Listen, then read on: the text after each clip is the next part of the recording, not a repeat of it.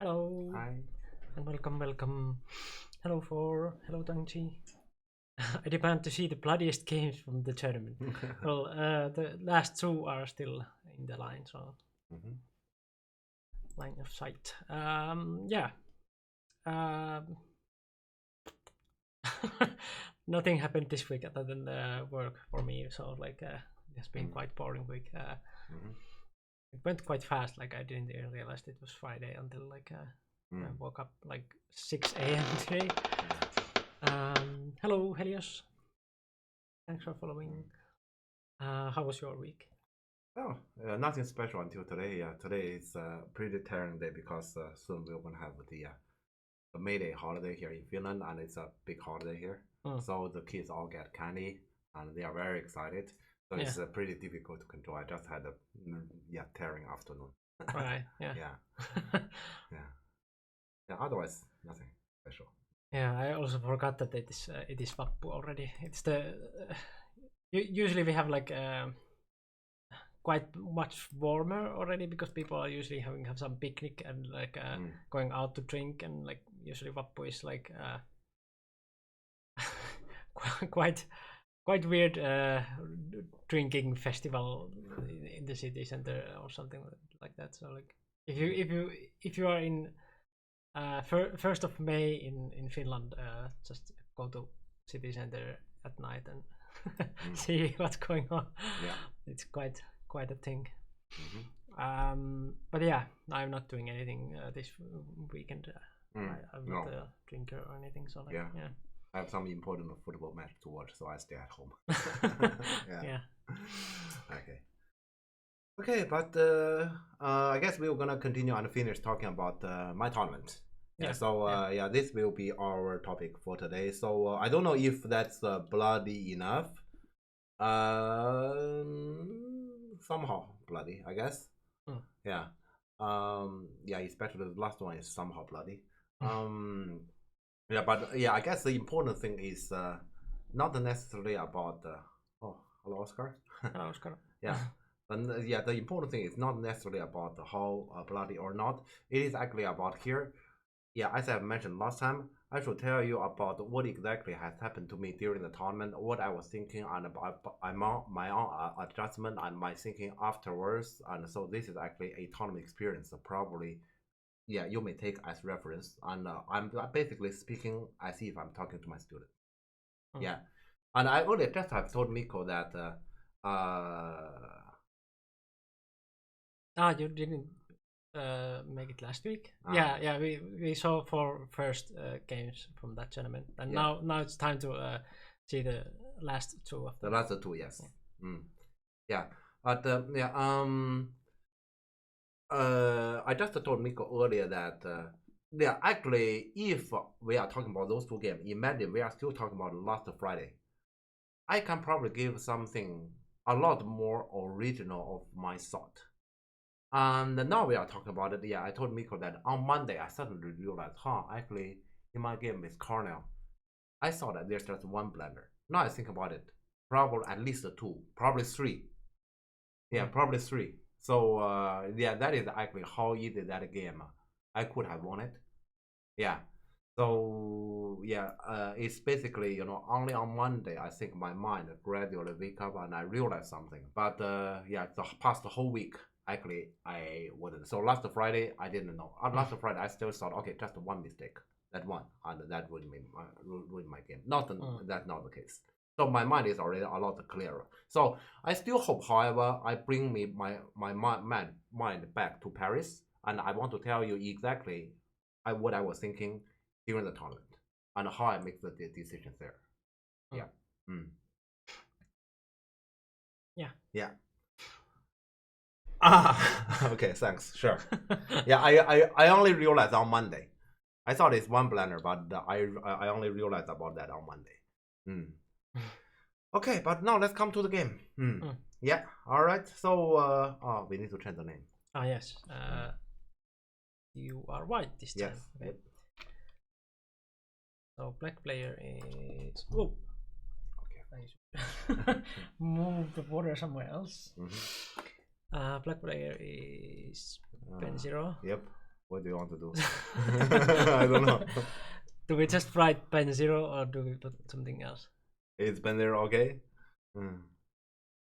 I mean, we could try if it fits. Okay. Rean. Or no, actually, like Benjamin. Yeah. Rean. When I. How do we do that? This way?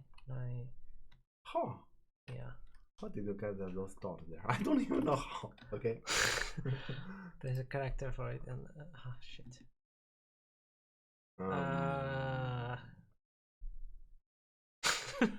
Maybe pen is good enough. Yeah. Okay. That's good. Yeah. Yeah. Nice. Okay. And then. Yeah, at least now we have the surname. Surname is not 0 this time. So. Yeah, 0 sounds weird. Yes. Yeah. So then we have so 16. Yep. Okay. All right. Happy Wappu bye. If you have time, would love to comment on you. Yes. Happy Wappu to you also, Pirveli. Yeah, thanks. Okay, so this is the 5th round already, which means this is the last day. Okay, I will try to continue from the last story. Yeah, go ahead. Okay.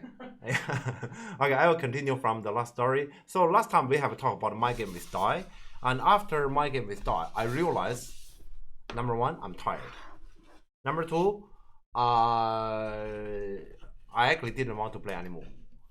Yeah, because why am I still playing? I also I even feel weird that okay, I have students there, they are fighting and I'm playing. That's one. And second, I like Go, but not like I like to play 3 days in a row that much. Like I like Go. Actually, this is the one Miko. I'm pretty sure Miko remember that we were in summer camp in Beijing. Back to that was 2009. Yeah, 2009. Yeah. Ages ago. Yeah, 2009. Yeah. And I still remember when I asked, okay, so we have options. You can choose to study 4 days a week, 5 days a week, 6 days a week. Yeah. What do you want? Yeah, we were like 7. yeah, that's your answer. So I said, we don't have that option. Okay, let's choose 6. And then I said, you really want to do that for 2 months? Yes, we do. Yeah, we believe we actually love Go that much. Yeah. In reality, what has happened is I think you guys have studied hard for 1 month and by following that schedule. Yeah. And the second month, I don't know about your mood, but basically everyone fall asleep. And then basically the teaching kind of fall apart. And then the training game, probably you can sit there, but not many people want to play against you. So many people, they are actually outside and doing some tourism. That is basically my impression about the second month there. So you think you love Go so much. In reality, no. Yeah, you can't play Go that much. That's the case to most of the people. But I would still say you play 6 days per week for a whole month. Yeah. That's something admirable. I mean, I can't do that. To me, 2 days enough. I'm not gonna do. I don't feel like to do it more. So the third day, that's partly the reason why. In the third day, let's say in the past in Paris tournament, I often get to defeat. Yeah, but so Oscar is here. That's partly my reasoning on how many hours a day. Well, it was like the schedule was meant to be from like first you like have some Zumegos or so like until the or teaching until the lunch, and then after that there was like a basically a game without the clock, right? Yeah. Yeah, so just spend as much as you want for the game, and then it was, I guess it was reviewed. Was it reviewed after that? Yes. Yes. Yeah. And then it was supposed to be like evening activities, like we usually go to like eat somewhere and then just relax. But then we went home and even played on our computer. Go there. Like, that was not in the schedule, but like yeah. So we did like way more than 10 hours or so. Yeah. A day. Yeah, I guess to most people it is the morning lecture like 2 hours, and then in the afternoon after lunch there will be a training game. training game. I don't know, 1.5 hours, 2 hours. Yeah, the longest. And then the teachers will gonna review, and then probably you can also participate in some other student review, something like 3 hours. So basically, let's say total 5. And normally our recommendation is that's it, because we know that you want to have 6 days per week, and you last for 2 months. You can't have that much. So in the evening, normally we would recommend the student to relax and so just do something else. But yeah, they are the special ones. They are the special ones. Yeah, they still want to actually do more. Yeah, I still remember. Yeah, that it was like that. Yeah, normally I remember there in the camp. Daytime is normally like those Chinese pros. They are actually working. In the evening time, it's my work because I'm the responsible to take you somewhere to eat, and then we go somewhere to relax and have some fun. That is normally my work. Yeah, yeah. Yeah. Yeah. Relaxing by doing some therapeutic tsumeko. Yeah. Yeah. So I wouldn't say to study that much and last for that long is anything healthy. But that is actually the case for the Chinese school kids. They actually do study that much, and they actually face too severe competition. So they have to do it. Yeah. Otherwise, they lose the competition. I believe you put me into that kind of circumstances. 2 days I get crazy. I refuse to take a third day. Yeah. Yeah. Okay, but anyways, okay, I will continue from earlier. My topic here. We are just answering the question here. So I need to admit I like Go, but not that much. Okay, I admit this, and also let's say I get tired. Also, I have some physical problem. Last time we have talked about it. Let's say water is actually something a big problem for me during the tournament. That is partly the reasoning. Actually, in the past decade or so, mainly I concentrated on helping my student to become better. I basically, this is actually my thought. It's very simple here. I mean, I know that in Go, I have a lot that I can actually give to my students. Assuming if Go teaching can be a copy paste, and then I copy everything and paste it to my students. They are young. They wouldn't easily get tired. They probably love Go more than I do.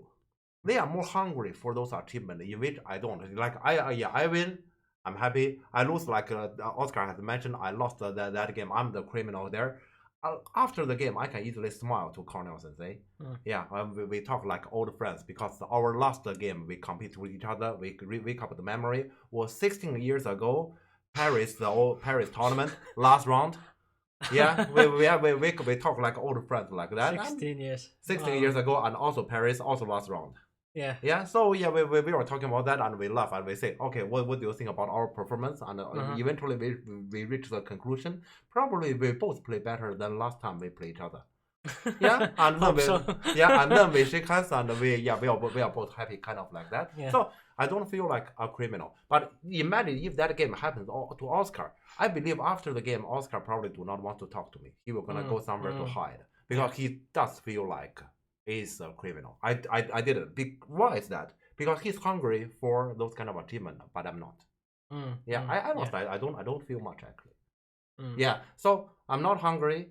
And I have those kind of physical problem. I have this kind of water problem the young guys do not have. And they probably like Go more than I do.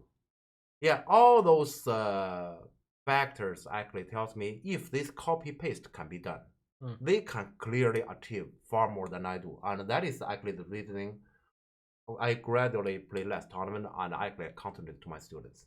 I may still play more tournament, but next time this kind of criminal thing can actually happen again, and I may still not feel much. Yeah, but I just want to explain.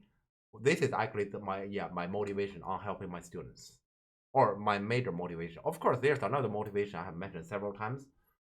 Back to several years ago, when Fan Hui actually won European champion 3 times, people are not happy. People say this is just another Asian immigrant success here in Europe. People is not happy. Yeah. And then I remember, let's say I remember when Ilya wins against Fan Hui, people is in general happy.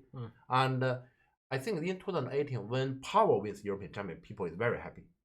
That is what I remember. Yeah. So I want people like Oscar to be successful there, and then we are all happy, right? Yeah. Yeah, that's another motivation. Yeah. Yeah, that is basically when I mentioned Cornell Sensei, he's a sensei. Yeah, he's actually a famous and he's a good teacher, I would say. So yeah, I always call him Cornell Sensei. Yeah, one day when Ben become a good teacher, I will also call him Ben Sensei. Yeah. Yeah, okay, just want to explain on this part. And so for our viewers here, I may play relatively limited number of tournaments.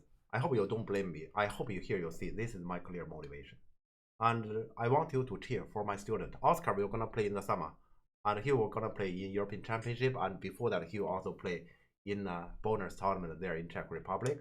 We should cheer for him. Okay, but okay, now I'm gonna continue about this tournament topic. So after the game we start, I realized I'm tired. Yeah, I realized I was tired already. And this is one thing I want to help for many of you here. Many people actually says, I play game and this game I played pretty bad because I'm tired.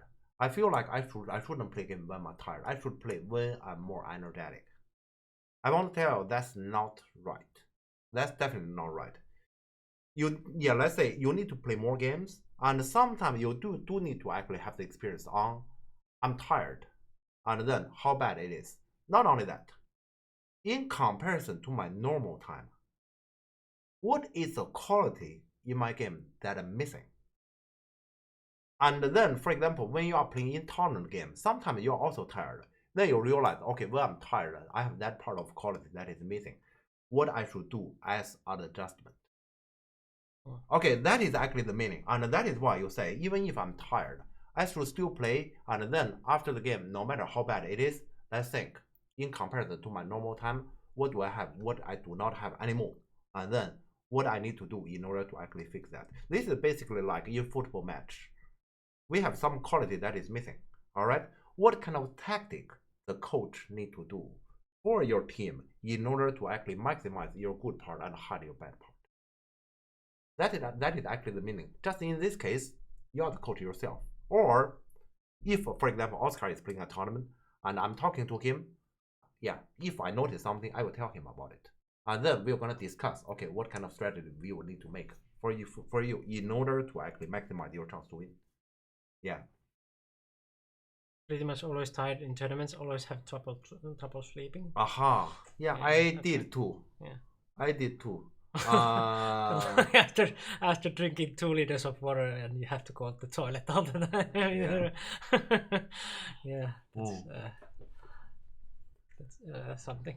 Yeah, but probably on that part, an adjustment is necessary. Like I've told Miko last time already, for this tournament, basically 2 weeks before the tournament, I started adjusting my sleep. Actually, just to push it 1 hour back, I guess, 1 hour back. Just so in order to actually make sure when I'm in tournament there, I will not gonna be sleepy. Yeah, so this tournament I wasn't sleepy. I'm tired, but that's a different reason. Yeah. Okay, but let's come back here. For this, when I play this game, I know I'm tired. So basically, I told myself already the previous night, when I'm tired, I lost a lot of specific. At least during that time, I lost a lot of specific. Different people at different time, it is different. Sometimes I know that when I'm tired, I only have a specific. I can only read, and then I lost anything else.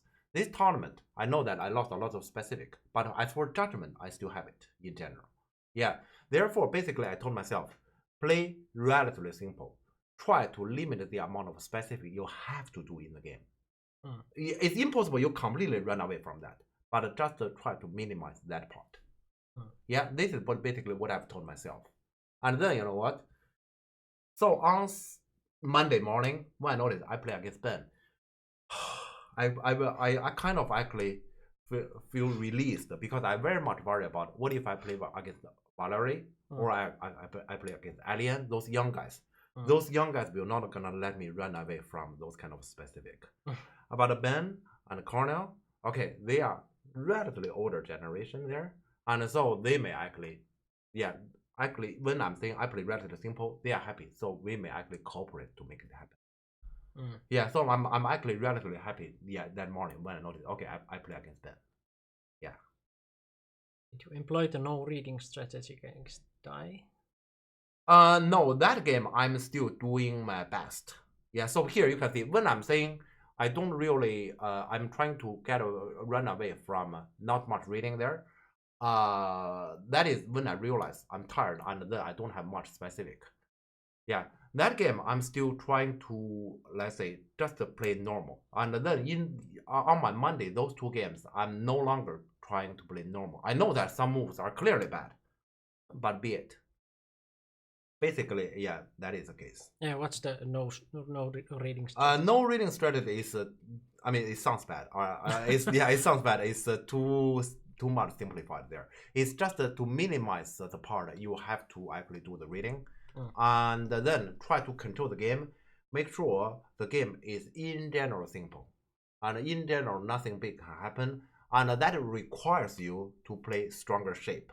And whenever you have a group that is relatively weak, you should put your hand on it. So that's in general the way, yeah. But the thing is, when I play against Dai, I didn't realize that, and so I'm still playing normal. And when I have to do reading, I do, and then I realize actually I have enormous difficulty to do it. Yeah. So normally to me the phenomenon when I realize I cannot do it, it is I actually try to read quite a lot, and then I play accordingly, and then I realize I did read a lot, but I missed the simplest variation. Yeah, that's normally the phenomenon to me when I say, okay, I have difficulty to read. Yeah. Okay, but yes, this is the background of this game, and now let's look into it. You will actually see, yeah, from this game and next game when I play against Cornell, some vital cloud happened to me during those games. So there's a lot of cloud, and right. Yeah, you may actually see it. Okay, Jeff, at your level, how can you possibly have those kind of cloud? How is that possible? But yeah, it looks funny. But yeah, I'm gonna tell you everything here. Yeah. Okay. I found a Tsumeko to be a great tool for judging if I can read today. I don't think I will need that. Yeah, when I cannot, I cannot. Yeah. Okay, yeah, let's see here. So I'm white here. Yeah, so in general, I play simple. Yeah, and here, yeah, this is something I thought I'm relatively familiar with.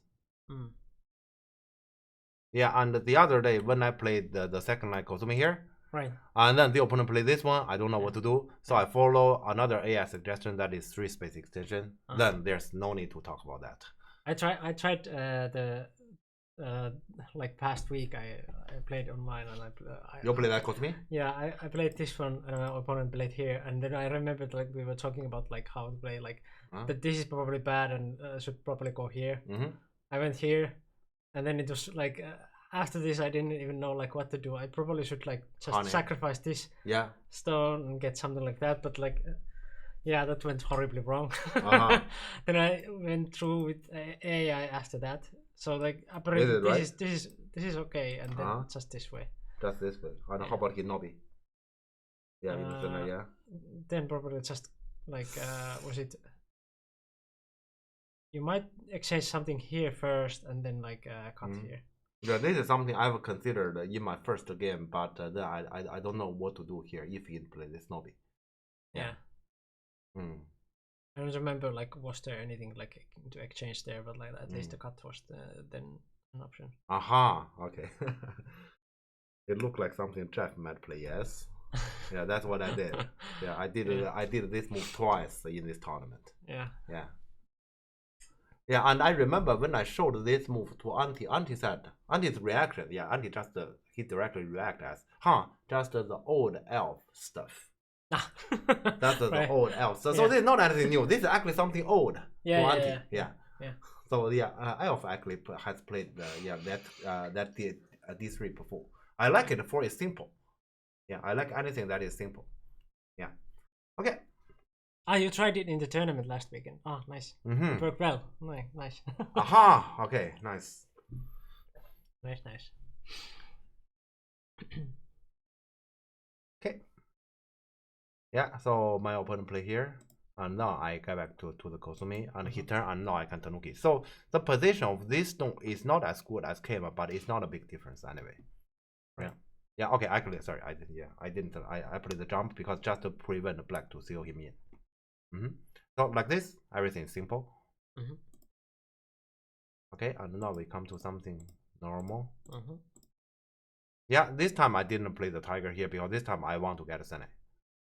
Yeah, so I can get this cap. This cap, so to prevent the opponent to have Moyo. Moyo is actually a potential danger for any sort of complication. So something you have to do the reading stuff. Yeah. Okay.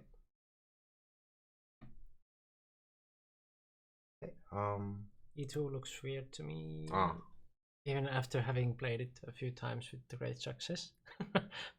It does look weird, but it's very logical. For it is very easy to get I shapes starting from the next one at C2. Yeah.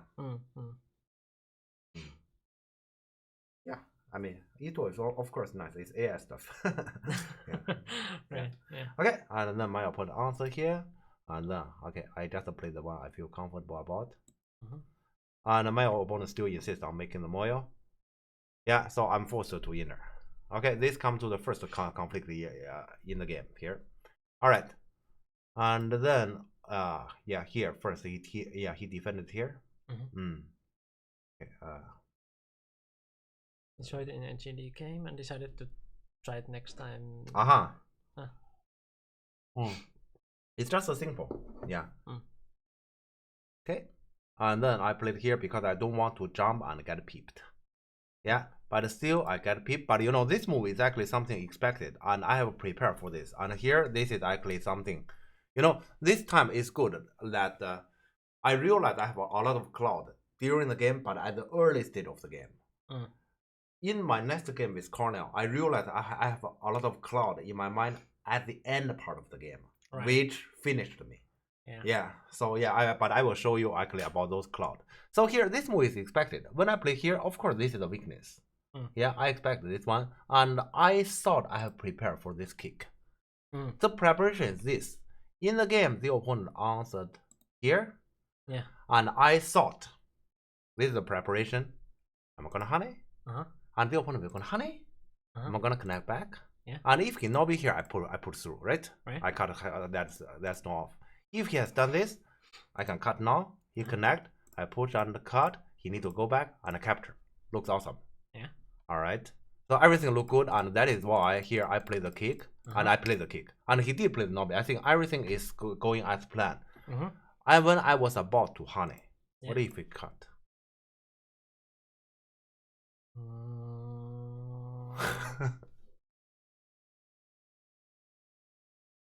Only at this moment, when I was about to play the honey, I asked myself, what if he cut? I thought that I was also looking at this like while you were playing the game, but I don't remember anymore like what I was thinking. Yeah, so basically here, I reached a conclusion. Honey, yeah, I have done all of those planning, but honey is stupid. He was going to cut me. This plan doesn't work. This is stupid. So I did the emergency move, that is Inobi. Yeah? I'm pretty sure that the honey was also AI's suggestion, but I don't remember like what was the. But then how about he cut, yeah? If you say honey is AI suggestion, how about he cut here? I want to honey, but I don't know what to do here. I still don't know what to do. Because I just remember like going through this with AI also at the same time when you played. But cut is not answer and white. What if black cuts? Wait. He said, cut is the answer and white tanuki. That's impossible. Wait, what? That's impossible. So like this and white tanuki. So what the hell? Cut is the answer and white tanuki. All right. What? So how? Yeah, I don't get it. At least AI should explain to us. You can tanuki for now, so what's for future? At least we need this kind of explanation. RG. Yeah. I just what? just left this. Okay. Good exchange. Yes. Yeah. Must be. Huh. Yeah. Yeah. So there probably isn't anything right away, but somehow AI just likes this exchange.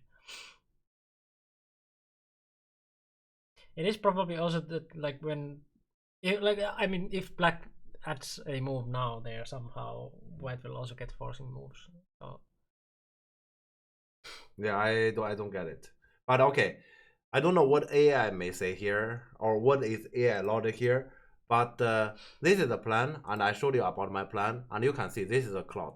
After I read all those, I say, okay, this is awesome. Basically, here when I play the Kema, I have prepared for all the falling. yeah, right. Until the very moment when this happens, I cannot honey. Yeah, so this is a cloud, and now actually I realize I thought I'm tired, and I probably have difficulty to do the reading. It's even worse than I thought. So in the following game, I need to be extremely careful. Do not enter that too much. Right. Yeah, luckily this happened in the in the early game. Yeah, but then basically, I did this one, and then the opponent block. I don't have a comfortable cut. This. I checked with AI, and it was like that. Cut was the answer, and like then just Tenuki. Yeah, I don't understand that. Okay, but so there's a cut left, but this cut is not comfortable anymore because this cut means number one thing, this push and cut doesn't mean anything against black on the right. And number two thing is you're gonna give this corner away instantly. So yeah, black can actually get the corner instantly. And the black can also choose when he wants to do that. So this cut is no longer attractive. And that is why I say, fine, I take the loss. And let's just play the all that and continue. Yeah. Yeah, so you can see here, this part basically my attitude is, this is not good, but well. Right. Yeah. In general, the last day, this is basically all the way my attitude. Okay. Could you play like Q9 here to like also trigger the cut? He will gonna fix the cut now anyway. Anyway. Yeah, okay, he will gonna fix that now anyway. Yeah, and that's right, also what he okay, did so again. Yeah. Yeah, this is clearly not good. Yeah, this whole area, this is clearly not good. But I have to swallow it. Yeah. And I know this is not good. But yeah, life continue from here. Okay. So yeah, this is actually the part I have mentioned in my mind during the game. There's a lot of cloud. Yeah. Yeah, I still remember when we discussed game with Oscar about his game. Oscar in the past said, "Yeah, it's okay." Yeah, I still remember. Oh yeah, Oscar. Oh yeah, often say like this. I mean, when Oscar say like that, I let it pass. But in my mind, I often say, I don't like that. Do I have to do like that? Yeah. But then, yeah, when I play this game, I say, well, I have to be like Oscar at some point. Yeah, here, for example, here, because I just mess up. Okay, fine. Yeah. I still have 20%. Yes. Yeah. Oscar often say like that. I mean, that can be actually a good attitude, especially when you are not at your best. You checked with AI after the kick. And Nobi, Hane, cut. Wait. Yeah, okay, you can go there, sure. Today we have two games, so we don't have to actually be too fast. Yeah. So after the kick, Nobi. Hane. Cut. Yeah. Cut. The Tenuki C7 or C6? Right, yeah. I remember this was like something that you both didn't play and AI wanted to play all the time. Wow. Like this side. So probably this is already also threatening the corner. Yeah. And did AI just test the kick too? That I don't know.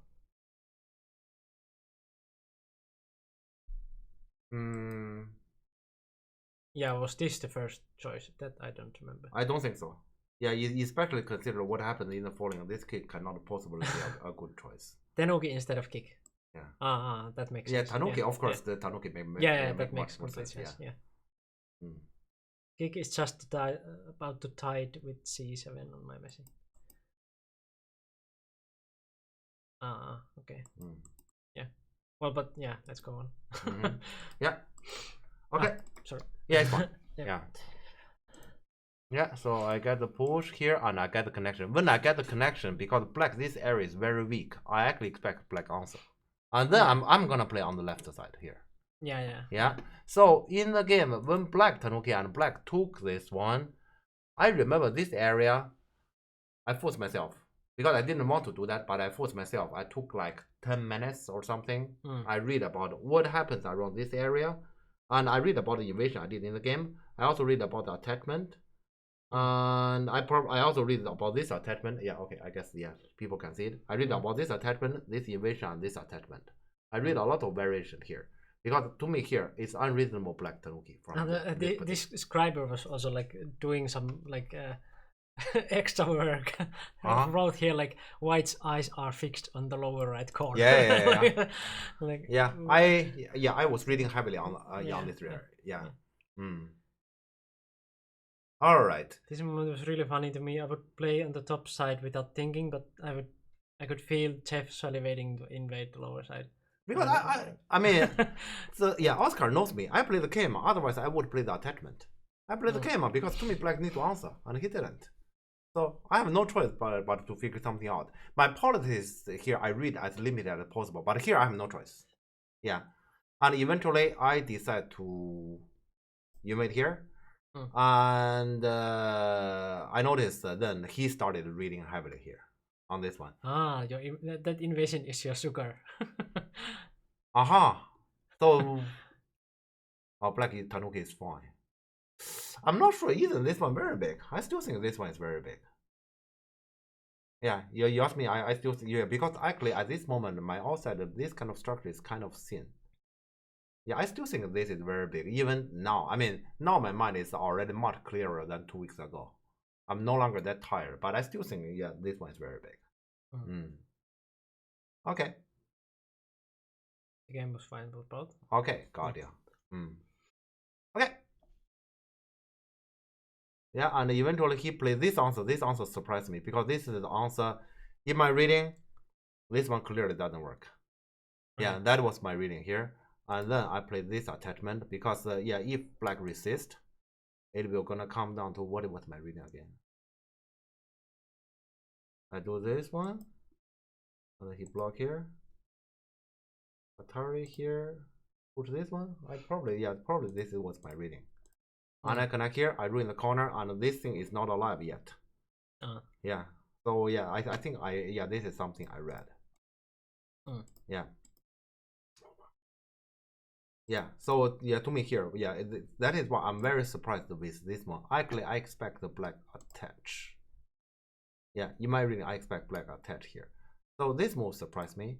But then when I did this one and black just answer here, I know that he doesn't want to read today either. So I was pretty happy. Okay, so yeah, I don't want to read. He doesn't want to read either. Yeah. Okay, got you. Okay. And like this, in general, I was pretty happy. But yeah, Oscar actually have talked to me that day that he thought after I get this one, and I feel I'm pretty good. To be honest, that day, my reading is missing, but my judgment is not. I knew very well that here I took quite some territory and I take away black territory, but my outside was influenced and now it's under attack. So probably this is good but limited. I knew that. And consider this part was my loss. I thought it's probably roughly even now. Yeah, earlier I was behind, but now I thought it's like roughly even. As I mentioned to you, because I want to actually talk about those games on the stream here, and I want to give you my very original thought about the game. So I still have no idea about A and M, nothing. And that is why, yeah, here about Honey supposed to be the red move and Tanuki, I know nothing about it. Yeah, right. So I'm very surprised. Yeah. Okay. Yeah, I will explain about that slack part. Yeah. Okay, so here I feel like I'm under attack. So here then I have to take care of the group. So I play the shape I like. Yeah, because I did like I jump on those kind of peep stuff. Right. Yeah.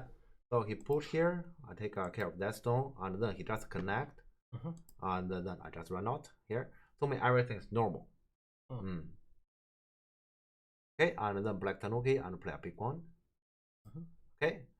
Okay, this is the move when I played it, I feel very comfortable. Yeah, it looks like it.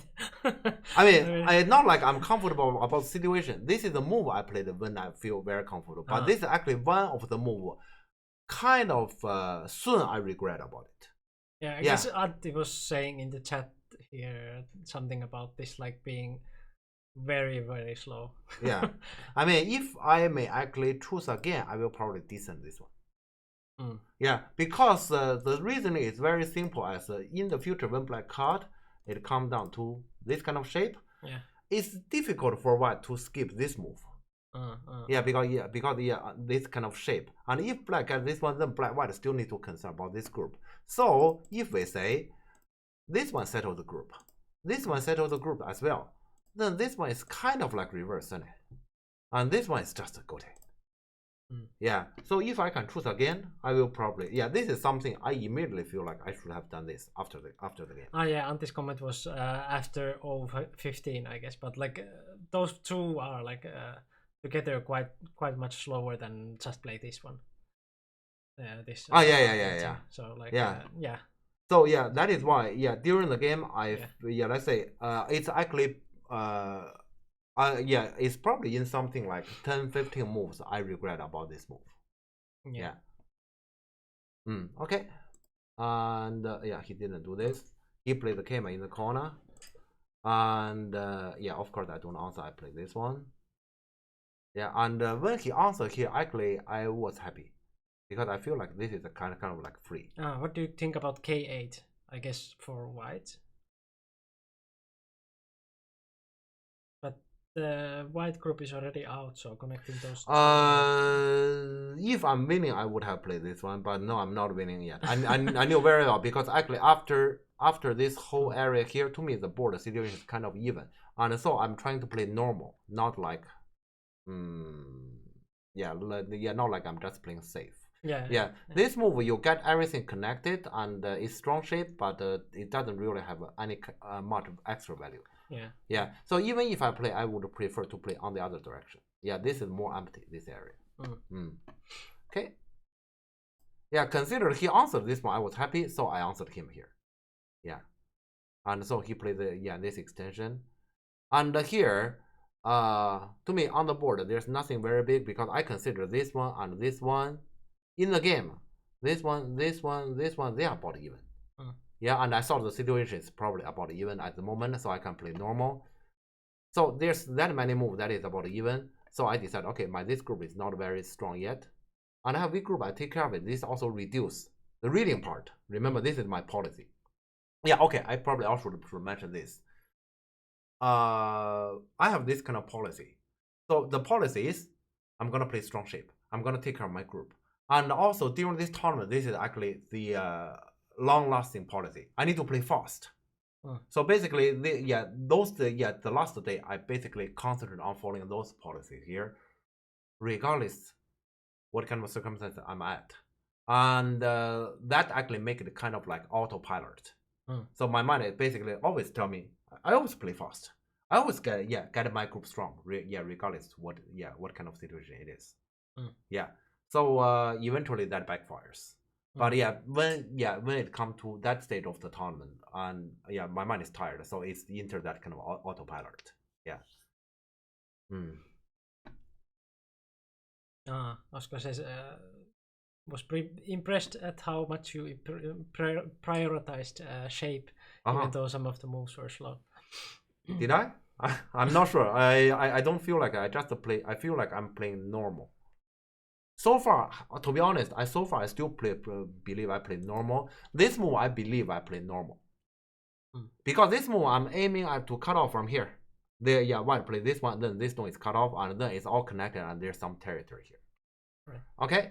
So I still feel like this, during the game, I feel like this move is awesome. During the game.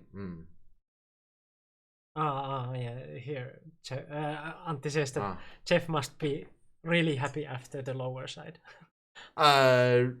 Limited.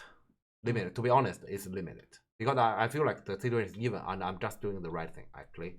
And then black plays a cut. And this is as planned. And now I cannot do this. Because of this shape, I cannot do this. and I have to fix my shape. Mm. Okay, I still felt nothing. Yeah. And then black push here, and I cut this stone off. I told Oscar after the game, only at this moment, I evaluate about the situation here, and then he played the push. And at this moment, I evaluate about the situation here, and then I counted basically. Yeah. I counted like something like I'm some 15 points behind on solid territory. Yeah. And I have some strong shape here in the center. Yeah. So I say, well, my strong shape probably values a little bit, and it can actually fix that 15, the number, but I don't think it fix everything. Then I reach a conclusion I'm slightly behind. Yeah. And then I ask myself, why am I behind? It was even, isn't it? Why am I behind? And then I notice, basically, I spent one move. Yeah. I spent two moves. Yeah. I spent a third move to capture one stone. Yeah, while black was doing like those 3 big moves. Yeah. Then I realized, okay, that is why things are not right. But you know, here the thing is, I count it. And then let's say I've told you that I'm not gonna check any kind of AI statistic before I comment about this game. But this is the only number I have right after my game. That is, Ben told me. I checked on AI. At this point, I'm leading by 10. Ben is. Yeah, Ben is. So at this point, his AI told him after the game that he's actually leading by 10. Because right after the game, I asked him, why you do all those kind of weird stuff? I don't feel like I'm leading at all. I actually feel like I'm slightly behind. I told him right after the game. Yeah. And I should tell, okay, Miko here, there's something we should show to our viewers here. Yeah. During the game, at this moment, when Ben played this move, it took me a few minutes. I don't know what the hell is this. I'm behind, right? Why does he do this? Imagine you are Ben here, and our viewers can see. I look at him with my mask. Yeah. I look at him like this, and he saw this. Yeah. Because I didn't understand. Yeah. And he must have saw this, but he didn't understand what I mean. Yeah. He didn't understand me. I'm telling him the truth. This is weird. Yeah. Yeah, my face is just like this. Yes. Yeah. So I didn't understand this, but at this moment I realized I don't think I feel like I'm 10 behind, or some said Dakat said I'm 8 behind. Yeah. I didn't feel like I'm that much behind, but I do feel like I'm slightly behind here. Yeah. But the thing is, actually, when he pushed, I know that I'm behind, but still, this is the biggest move, and I feel like I'm slightly behind, and then, life goes on. Yeah, and then I thought, okay, I'm behind, and then probably I need to figure out something around here to benefit from this kind of shape. And maybe my center here, I need to actually peep here and attach so that I actually get something from here. And let's see. And then there's still some big in the game left. Let's see how much we can get here. Yeah. And there's another important mindset. Yeah, I forgot to mention. I know that I was tired here. And I know that in the past, in Paris, the last day is basically my graveyard. I know that. So basically, I have kind of prepared. Okay, in the last day, I may lose both games. And if I lose both games, there's nothing I can do. So that might happen. Yeah. Yeah. So that is actually my real mind status at that time here. I have prepared. I might lose. Yeah. Okay. I was gonna say, thought this looks like something that I could do.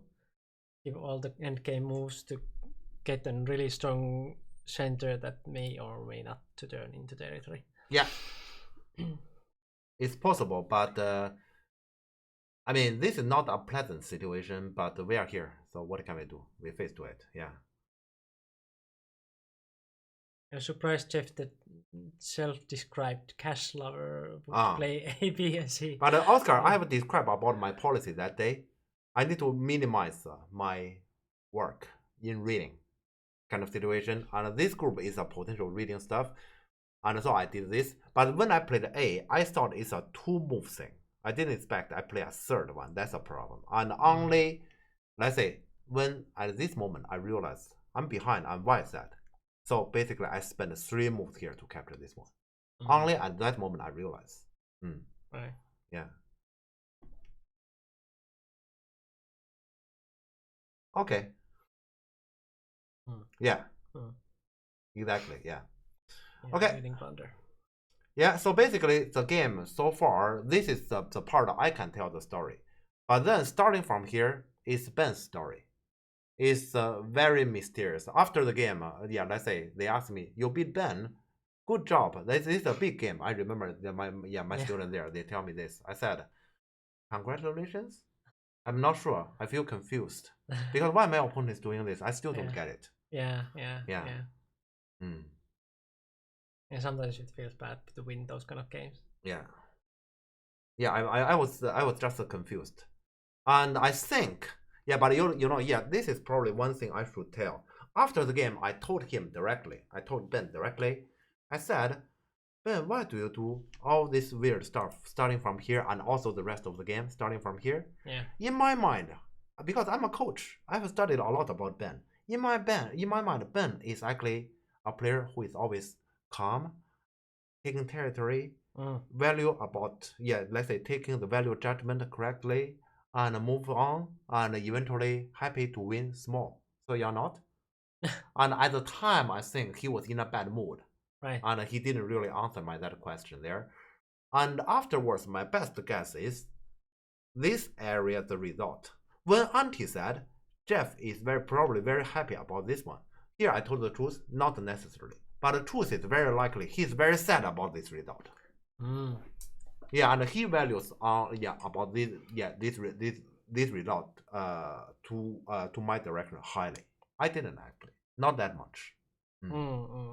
Yeah. So from this sense, we may say I thought Ben is actually a calm player, but this and the following tell me he's emotional. Yeah. All right. And Oscar says that he's overplaying recently.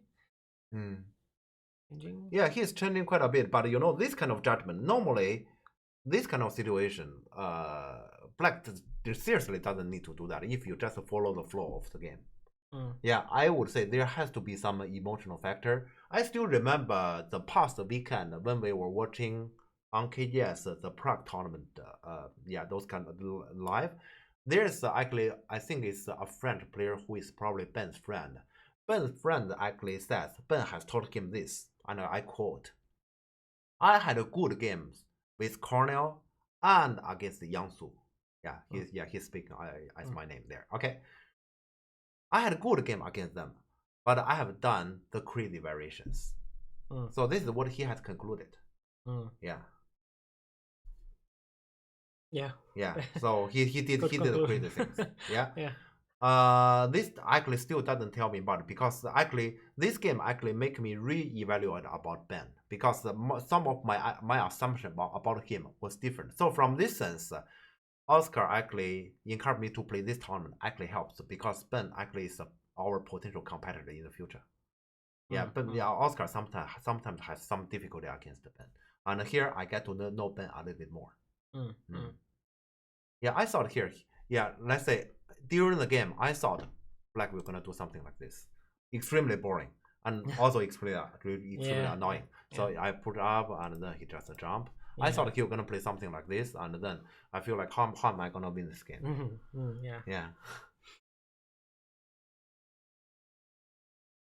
Okay, so in the game, Black played here. I was extremely surprised. Actually, I was just thinking about what my opponent want. So it must be he feel bad about the game.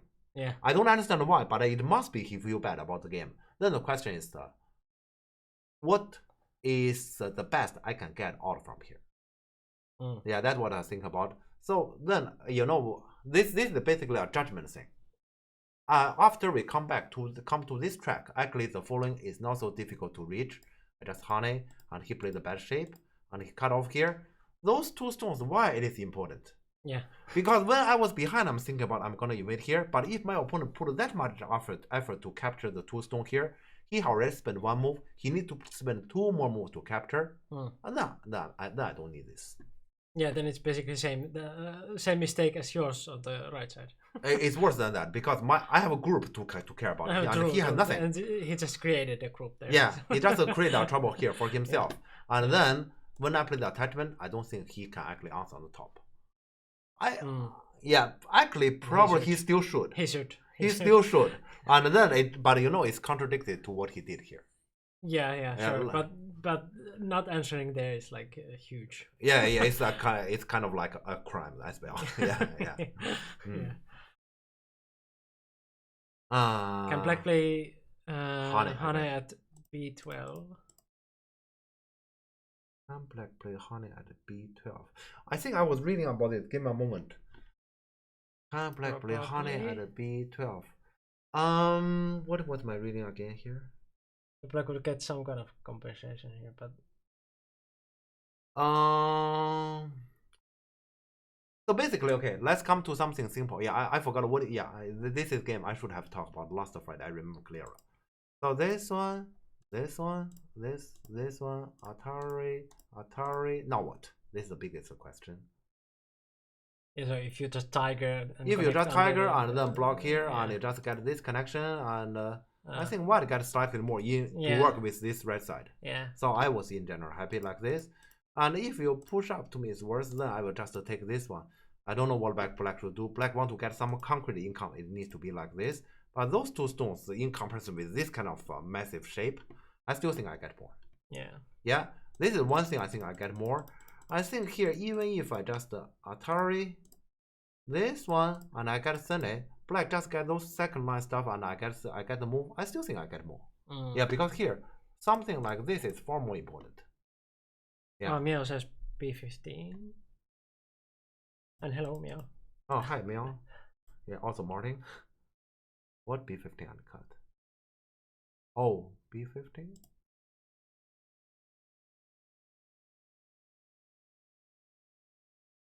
B15? I don't believe you. What? It does not be. I don't think B15 is an option. Unless you mean B15 another moment. After the Atari. Ah. This one? Similar, right? So then you can cut. So you can cut. Is it good? Because you actually give a lot of end game on the first one stuff. I'm still not sure if this is good. Yeah, because here, what you have given here is a lot in this area. Yeah. So I'm still not sure this is good. So if black has honey, to me, I don't think that's a problem. But yeah, to me, I have to honey, and then I wait for how he will gonna continue. I somehow knew that he was gonna play this one. I somehow knew because actually his face, I have a mask on, he didn't. I can see his face. His face is not like he will gonna do some kind of trade. He is kind of like murder. Yeah. You might have mask on, but if you stare your opponent like, then of course you are giving some information too. Yeah. But I didn't intend to hide here because this move is too weird. It's against all the logic I have in my mind. This move is just weird. Yeah. Okay.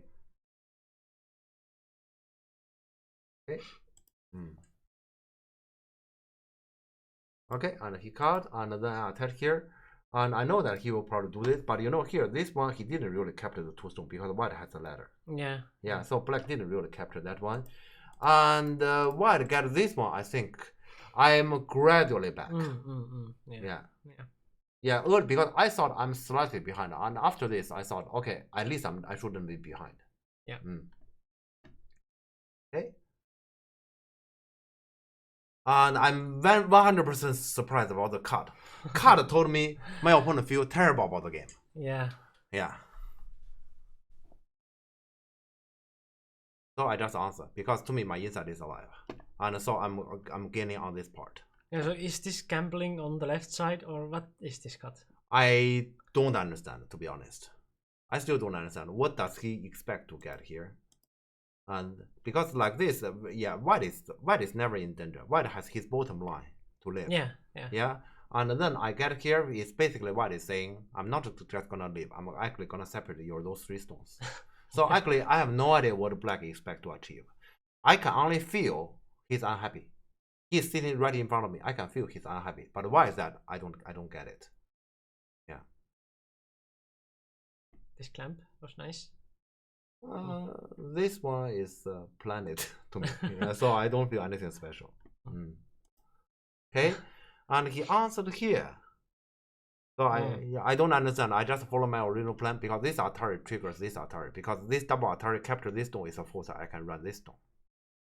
Yeah, that actually forces him to actually go back.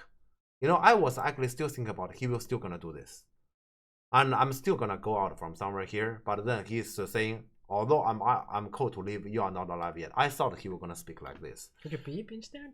Sorry? Could you beep instead? D15. Could I peep instead? Peep this one? Yeah. Maybe. But why do I do? Because this one is my Sene. Ascente? Against the corner. Yeah, this okay, is my that's why, Sene. that's why, okay. Yeah. Okay. I was just thinking, like, if your target is those 3 stones, it's in general. I separate those three. Those three is my major target. Yeah. So like the people to help with that better, but okay, so that is Sente. Yeah, okay, it's this is Sente, and so he kept that stone. I can run, and also I kind of want to keep this stone in my mouth because he might attack from here. I connect. I don't want this cutting point to be a real cutting point. Yeah. Okay. Yeah, and I'm surprised also, you know, he challenged a lot here, so logically this is also a challenge. And here he go back. I don't get it. Yeah. I just don't get it here. And when I came here, I feel like I'm leaving. Which is not the case. I heard afterwards this is not the case. I'm not leaving the game. Yeah, because Ben gave me a little bit more information after the game. Okay. And when it comes to this, this area is just weird. Black only captured 2 stones there, and white got all those together with the red side. So this has to be really good to white. Yeah, works so well against your earlier mistake. Yeah.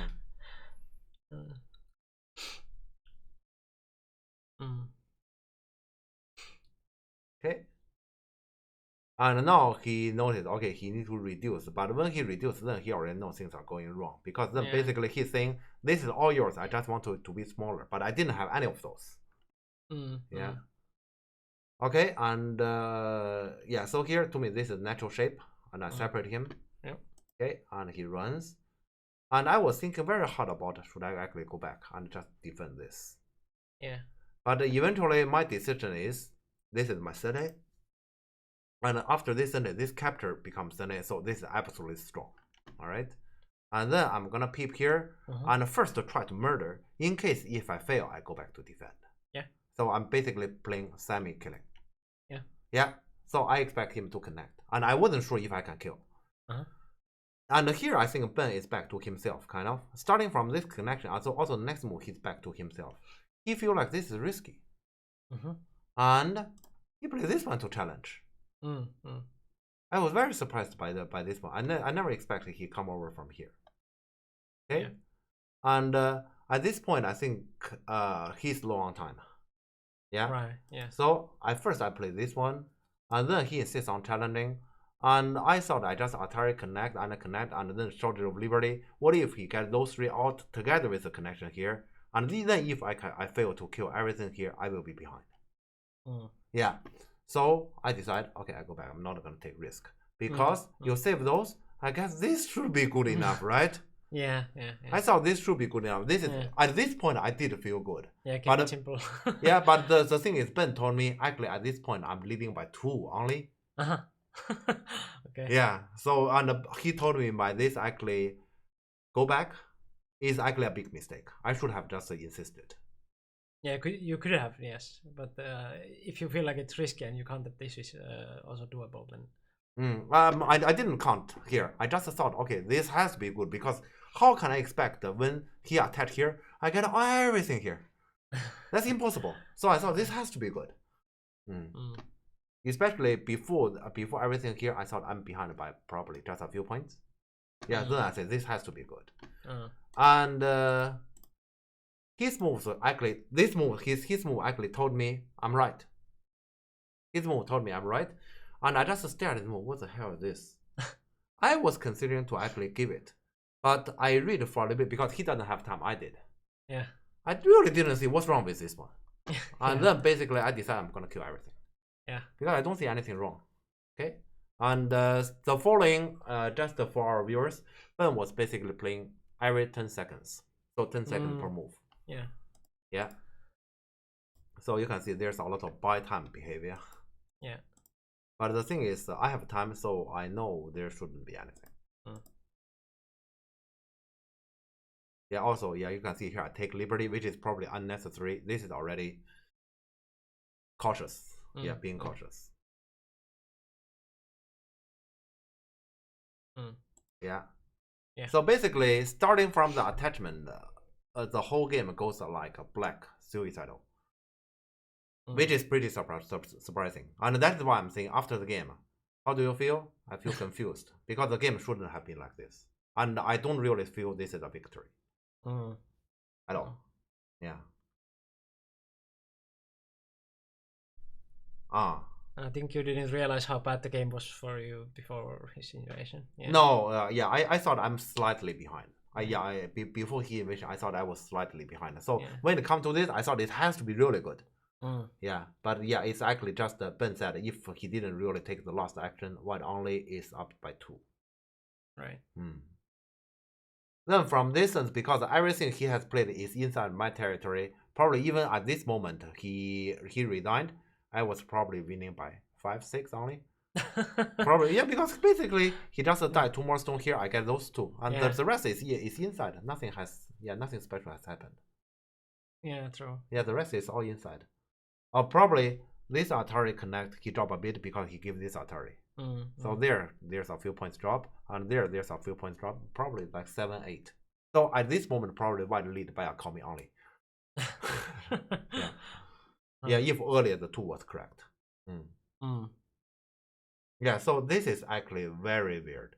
I have to say, when I play against Dai, yeah, this is actually for Oscar and also like Matthias, this part.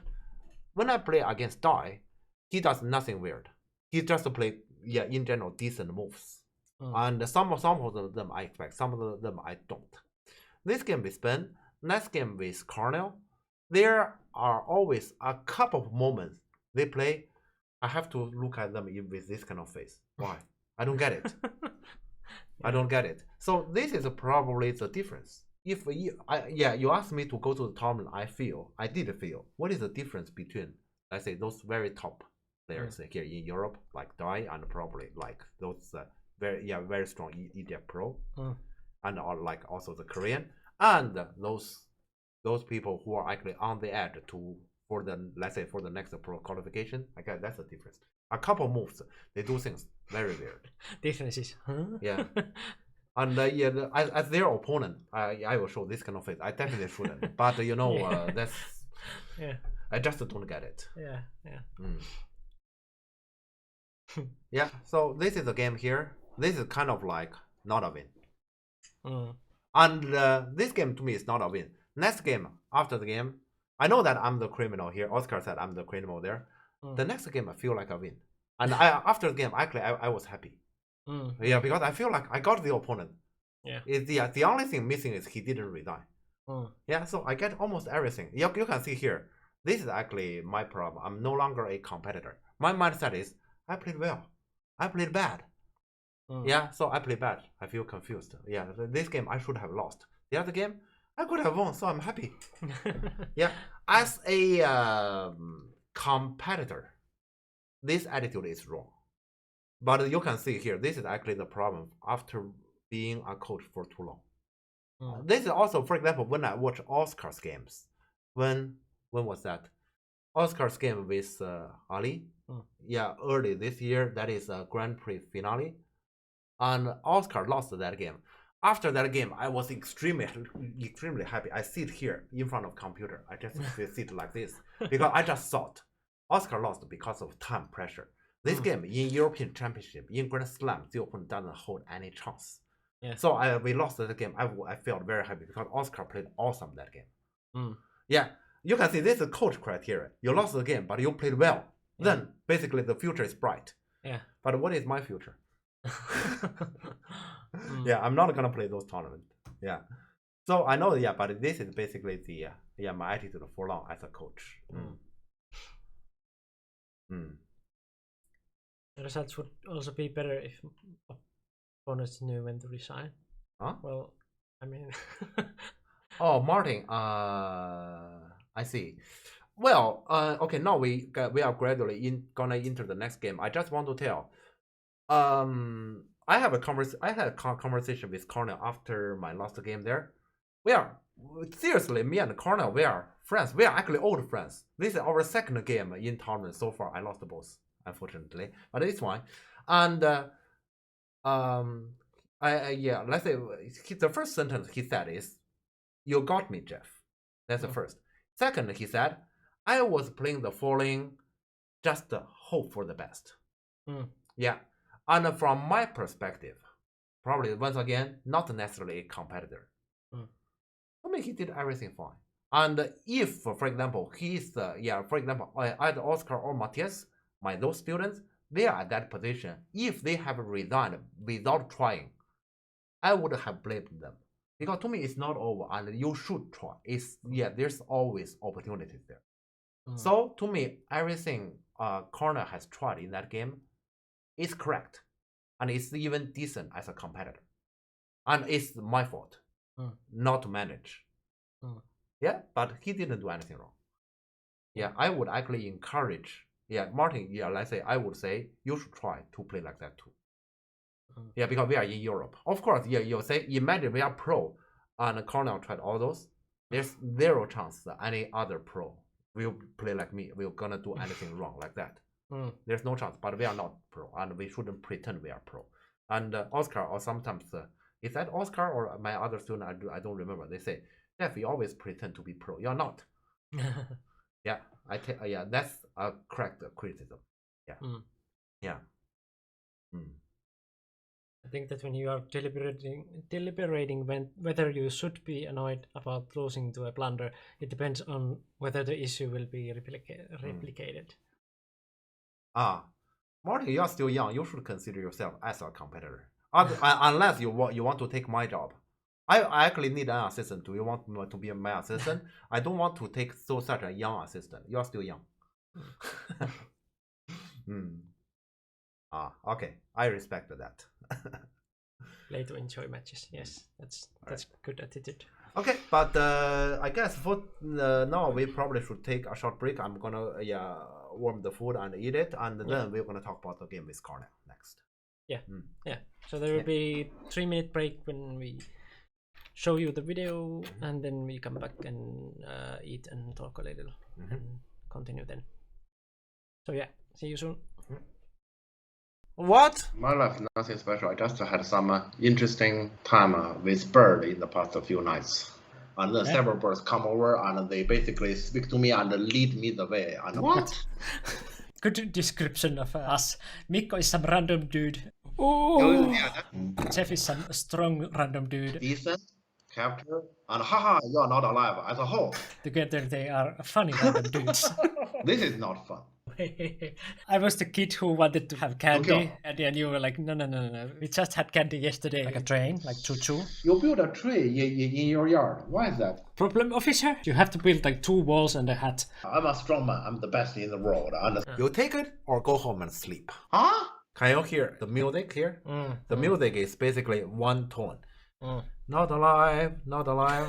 Okay. Be aggressive. Be aggressive. Oh my god. Born to be one. Du hast mich gefragt. Yeah, but donation goal going on. Donation for Antti. We can do this, huh? Yeah, it's there. Go Jam, hype. We have a special guest, Antti Törmänen, famous from Do You Want to Be a Millionaire question in Finland. What is the meaning of life? I'm not a strong chess player or anything. I don't even know that much about chess. What? I have no idea what's going on here. Cockroach is not living, it's not dying. I think there's some coast story, huh? Definitely some coast story. Coast story. The ghost story. Scary? You only take down the edge, so the main cake remain. When you cannot get all of the cake, but you want to get as much as possible, then you just grab it from the middle. Yeah, exactly. Don't go from the edge. Just take a spoon and like stick right in the middle and just start eating. Just for our viewers, when Auntie said realistically, that has nothing to do with this game. Just this? And just... Cut me, please.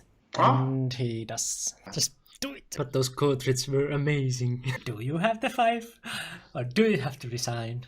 Do you want to happily lose a game or sadly win a game? Oh my god. Oh no. And 5 first? No, come on. What? Oh gosh. Like, yeah, delicious is normal, right? Yeah, that's not delicious. Yeah. Very. Delicious. So I would say it's extremely delicious. I think even the Japanese say it's just oishi, oishi. What is the opposite then? The taste is fine. Disgusting. This Portuguese is disgusting. Where's my pizza? Yeah, where's the pizza? I checked my pizza behind the door. It wasn't still there. We talked about AI. We talked about food. My pizza which didn't come. I don't know how you managed to have a lot of fun. It annoys me that there's a fruit fly and I bet it knows. It knows that I'm doing something that I cannot kill it. It's dead, huh? Got it. Welcome back. Remember when I kept playing a game, I was badly behind, an opponent blundered near end game. After the game, he commented, so this is your style, keep playing hopeless positions and hope for a mistake. That is part of the game, like you have to keep going and close the borders and like row the boat home. You cannot just say that, okay, I have won this game and you should resign. Like that's, of course, it's in some situations it's a little bit like rude to continue if it's like clearly over and the other person doesn't have any like a chance. But yeah, if it's just like for example this game, Benzero could have easily just continued and it wouldn't be rude in my eyes at least. Like of course it's a blunder, but like you can keep going, like it's fine. At least in my opinion. And I have lost and won that kind of games, like very stupid things that like there's the story of like me becoming 3-dan because of winning winning a game. Like I had already lost that one and we were filling dames and I thought that my opponent filled the last dame of like big chunk of stones. I raised up and I was like, yay! My opponent left and lost by time, and then like after the game he was like he it was completely okay for me to win like that, and he deserved to lose by not realizing that it wasn't the last dame. He actually still had one more liberty. I mean 2 more liberties for that chunk of stones. So it wasn't self-atari. So yeah, that was in Congress, and after that I got 3-dan promotion. So like I have I have won that kind of games, and I have also lost many like games stupidly. Like it happens, and like I have felt super bad, and like I'm not the best in like losing games. So I have like when I lose a game, like Jeff already knows from my face that like if I like lost or win, like both results are like very visible from my face. So yeah, that's just part of the path you have to go through. That's a yearly stream highlight. The editing is inspired. Thank you. What kind of video is it? Yeah, it is like yearly compilation. Yeah. Yearly compilation, and some of the streams have been also like edited to smaller chunks of 10 to 20 minute videos. I would like to make them more, but I'm lacking energy and time and motivation and everything at once. So like if you have any ideas for videos, I take them, but like yeah, I do them like on my free time with the energy I have. So like sometimes life goes other ways, and you don't have energy to do them, even if you want to. Yeah, dummy feeling is stage is dangerous. Like you should go like to dummy feeling so that like you first feel the dummies that you have to feel in some point anyway, and they will be in some point Ataris. So to start with those, don't leave them the like the last point ever, like that. Like you have to feel them anyway in some point, even if it would be that kind of thing that some kind of thing that your opponent might miss inside or something like that. Don't rely on those. Just feel the things that you need first, and then you can just feel the rest of the damage. That's the safest way. Do not miss those weird ones.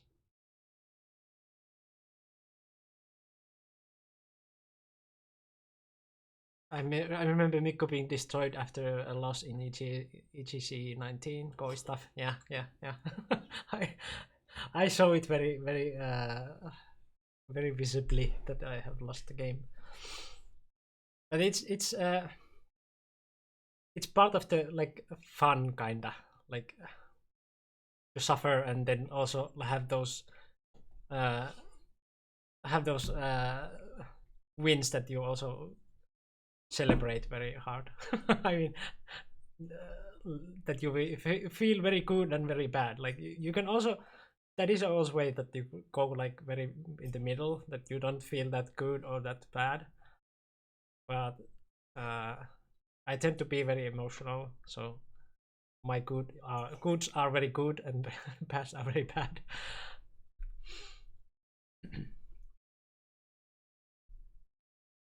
Oh yeah, Jeff is eating in the background.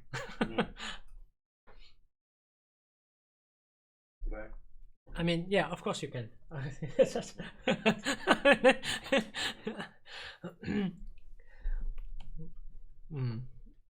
Can you really be mad or sad over a loss if it was a quality game? And when is a game ever quality? That's a good question. Yeah, sometimes it is that you lose some game very like stupidly, and then the game has been very like good quality anyway.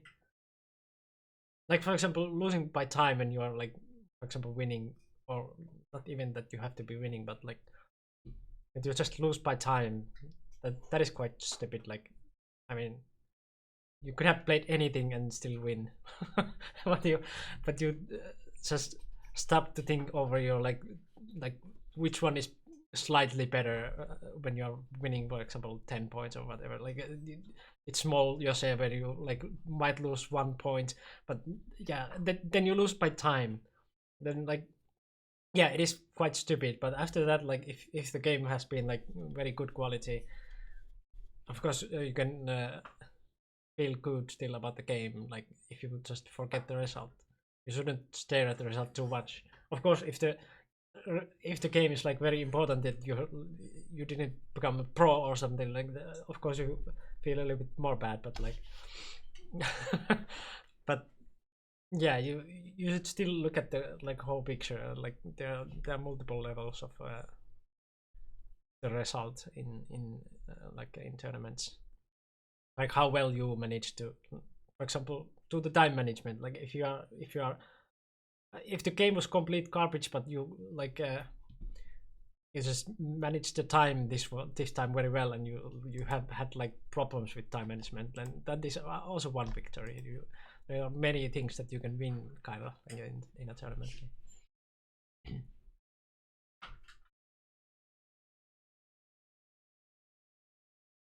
Losing by time during the last half point call. yeah, has happened.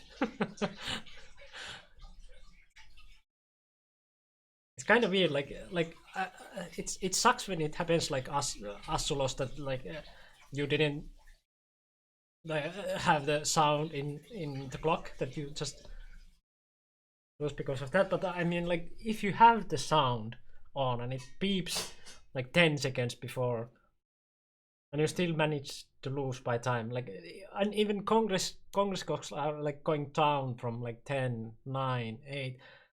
Like, I understand like it's 10 seconds and then you didn't realize that okay, 10 seconds is gone. That's kind of dangerous still. Like after 10 seconds you should at least have like the backup move already in mind, and you can still use the 10 seconds but then play the backup move if you didn't find anything better. But then if you have the Congress kind of clock that goes like 10, 9, 8, 7, 6, 5, 4, and you still manage to lose, like what are you doing? You should just play something. Like it's better like to play even like first line some very stupid move than lose by time. Just throw a stone on the board and click the clock. While ahead by 15 points and then complaining against the opponent for not resigning. Yeah. Okay, so we are talking here about resigning criteria. Yeah. I mean here, yeah, I have mentioned here on this channel so many times already with Mikko. We are in Europe, and there's no pro. Even the pros are not pro. The pros are all amateurs still. And then we shouldn't take too much those kind of pro criteria. You do not know how many times those EDF pros, the best player in Europe, how often they have taken victories. That is, they say, you don't deserve it. How many times? Yeah, it's uncountable. But if you don't have that kind of ability to take that kind of victory, you cannot become pro. Yeah, because everyone has its good days and bad days, high and low there.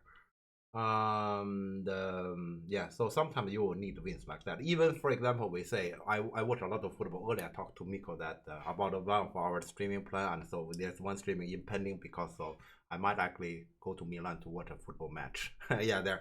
Even in football, we saw it's a strong team. A strong team is fighting for the title of the league, for example, or even for the Champions League. In a whole season, he has a match that he plays bad. But those teams who are actually in a bad shape, they play bad game, but still somehow get a goal and get those kind of 1-0 victory. Those are the team eventually become the league winner. Yeah, that's how we talk about it. And that is why you need to be able to get this kind of victory. And that is why when you say, I'm in so bad a situation, don't easily give up. And that is why I'm saying what Cornell did is absolutely right. It's absolutely right. And that's what the competitors should all do. Later, I'm going to actually tell a little bit more about that game. And then in that game, actually, Cornell has done a lot of things. I would say as competitor, that is right. Yeah. So when we're talking about this kind of resigning criteria, my recommendation is as long as, yeah, this is actually we have talked about before. Imagine you are working in a tunnel and it's completely dark, no light. You look at the front. If you can see a tiny bit light in front of you, maybe very far away, at the very end of the tunnel, you can see a little bit light. Move forward, don't give up. And actually, I told my student even one step further. It's completely dark, you see absolutely nothing, not even a little bit light on the front. Yeah. If in your mind, you are capable to see a little bit light on the front, you are capable to imagine that, don't give up. Yeah. That is my criteria. Yeah, so I would encourage every one of you when you are playing in tournament games, please follow this criteria because that's what tournament is about. Yeah.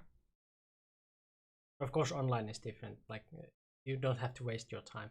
Yeah, and of course, so for example, if you say, I'm playing in a club like I meet with Mikko in the game evening, we play a game. Well, then I mess up, I lose a game, I resign, and I'm not gonna keep trying. Well, that's different. And because I resign, we can play a different game. We can play, or we can play with a different opponent. So that's actually for the sake of for both of us. But in tournament, it's all different. Yeah. Don't easily give up. Yeah, that's my suggestion on this topic.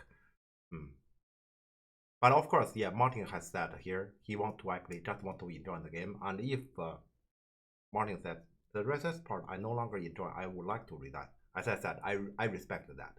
But as competitor, I wouldn't really encourage that. Okay.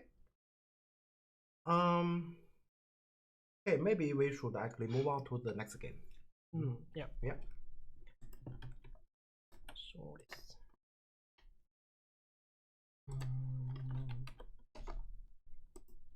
Yeah. Round 6.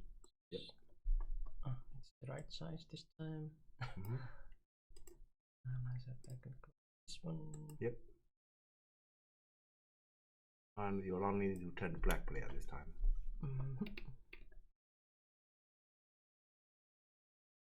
White is still Jeff, and then black is Cornell.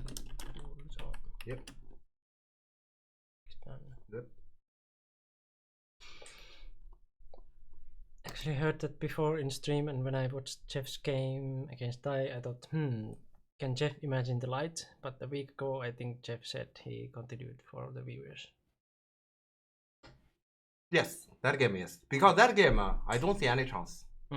I did that game. Let's say at the point when I finished, I really don't see any chance. That I was just way behind in that game.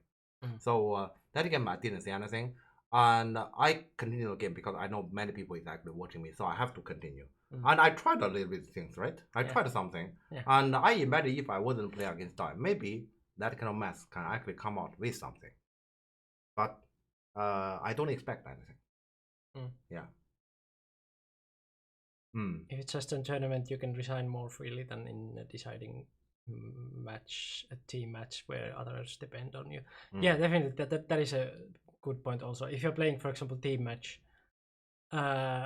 you resigning early will definitely be, like affect on the other games going on. If they see like you are like leaving, like not talking about online because they probably are not watching your game when they are playing online, but if you're playing like next to each other and some of you just leaves very disappointed, of course it like affects on the other game. So just try to continue the game to keep the spirit up on the other matches. So I remember when I play for Oulu, for ODP in our team tournament, I might have lost the game there on the board, but I refuse to stand up. I might even just sit there and just let the time go, but I refuse to stand up first. Because that will gonna affect my teammate. So of course that's different. And of course, if it is a game, as Mikko had mentioned, it is about you become pro or not, or you become a European champion or not. That kind of matters. You should look for any kind of hope. I imagine in my game with Dai earlier, Klaus has mentioned that if that game is, for example, a pro qualification game, I'm gonna think hard and see if there's anything forward. I'm gonna think much harder about that, but it's just a game. I tend to start playing unreasonable moves after making a mistake and falling behind by 10 points or so. I guess it would be to just wait and see if the opponent makes a mistake. Depends on at which stage of the game you were behind by 10, and what is the board position there, and if there's any kind of uncertainties, and how much uncertainty there are, and how much that might actually affect you and the opponent. So there's a lot of depends. So I wouldn't say it's always right to just wait. I wouldn't say that. It can be right in a lot of occasions, but in some others it's not. So Jinxies also like played in team match and kept going, even though like was a lost game. That's the spirit in team matches especially. So here motivation, that is actually a big factor. That is partly reasoning. I'm pretty sure, for example, Oscar sit at my position to play in Paris. Oscar can easily do better than me. Because Oscar has a lot stronger desire and motivation to achieve something. Well, to me, I win, I lose, so what? So basically, why am I playing in the tournament? I have told in this stream already. Oscar and I think Matthias, they convinced me. Alright, I'm gonna try to play once, and I'm gonna feel about your difficulties, and so why something I've told you is actually not so easy to do. That's actually my motivation. It's not like, okay, I'm going there, I'm trying to achieve something. I want to show I'm awesome. Why? Yeah. Okay, but yeah, now let's look into this game. So this is already the last game of the tournament, and this also is an afternoon round. Actually, in this tournament, I actually noticed that afternoon round is actually harder to me. After lunch, it's a bit harder. So I followed my earlier policy there. I play relatively fast. I play strong shape, and try to walk away from the those kind of complications if possible, so to reduce the amount of reading. So when I noticed I play against, they told me after my win against Ben, this round I have to play against Cornell. I was pretty happy because once again it's not one of those young guys. Yeah. And here a background knowledge, when we sat down there, Cornell basically Cornell sensei basically said, okay, I ate a bit too much and he's a bit tired, like that too. Yeah, that is a mistake too. Don't eat too heavy. Yeah. So when I noticed he actually ate a little bit too much, and I said I know about his style. I know that probably we were gonna have a cooperation to have a game we both like. Yeah. No Gote, no Cry. Thanks for following. Yeah. Okay. But yeah, let's see. I guess this that game. was if I. There was also 2 hours ago one. We hit like 800 followers. Okay. That was nice. I guess that was 801 now. But yeah. Nice. Okay. Yeah. Let's look at this game then. Yep. Okay.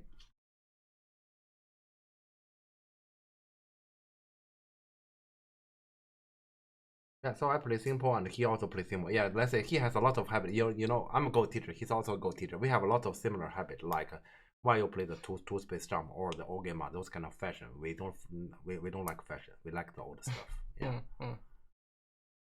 Okay. Yeah, here this game I didn't play this one because I know that I'm playing against Cornell Sensei and he wouldn't actually do weird stuff against me. Yeah. Okay. Okay. Yeah. So just And he does game. simple new Avalanche. Yeah. I know that when I play against him, he wouldn't really give me too much headache because and also I wouldn't give him too much headache. So we'll cooperate in general. Yeah. Okay. Okay, and also I know about him that he actually likes the influence. He likes the influence, and so I play against him with influence. Also suit, this kind of picture. Also, this is my plan anyway. Yeah. Okay. Okay, and he play a big one, and so this one is similar to the last game. Here, I prevent the black to have 2 big Amoyo, also to make this group strong. Yep. Okay. And this move is completely expected. So he's doing the same thing like me. I prevent you to have 2 big Amoyo. Yeah. Okay. And this move was slightly surprising. First, because he played a move and he didn't continue, so he left me a group to attack. This move basically tells me he's very experienced in this kind of situation, like this stone is under attack and then he just run and he's very fun with it, and he automatically get the high stones. Yeah. This move is another surprising move. Most people were gonna play here instead. This move I didn't understand, and then I actually spent a little bit of time to feel it. This move tells me, first he is seeking for safety. Yeah, so there's very easy to connect. So he doesn't want to actually have another V group here. That's first one. Second one, maybe he want to press this group a little bit. Yeah, that's actually how I understand it. But neither of them is my concern here. Yeah. And then in the game, first I take this one because I know that he will gonna jump. Yeah, he doesn't have to jump, but I know he will. Yeah. Right. Okay. And then I just follow the principle here. So I take the influence to automatically give this group some pressure. Yeah. Also, this one follows my policy. Okay. Yeah, so I just follow the policy here. And actually, as retrospect, Oscar said I'm territory lover. I am. If you tell me now, As white, I'm gonna play this shoulder and come to this result.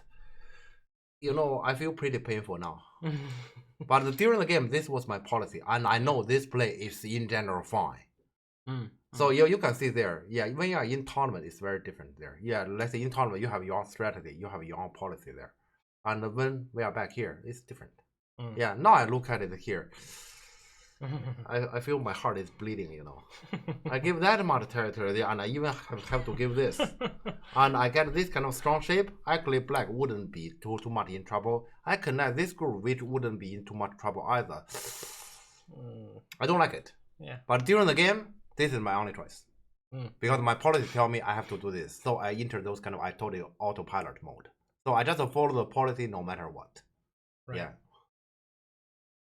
Some dedication. Yeah, Oscar is right. This is more like Oscar is playing. And when Oscar play like this, I said, really, this one?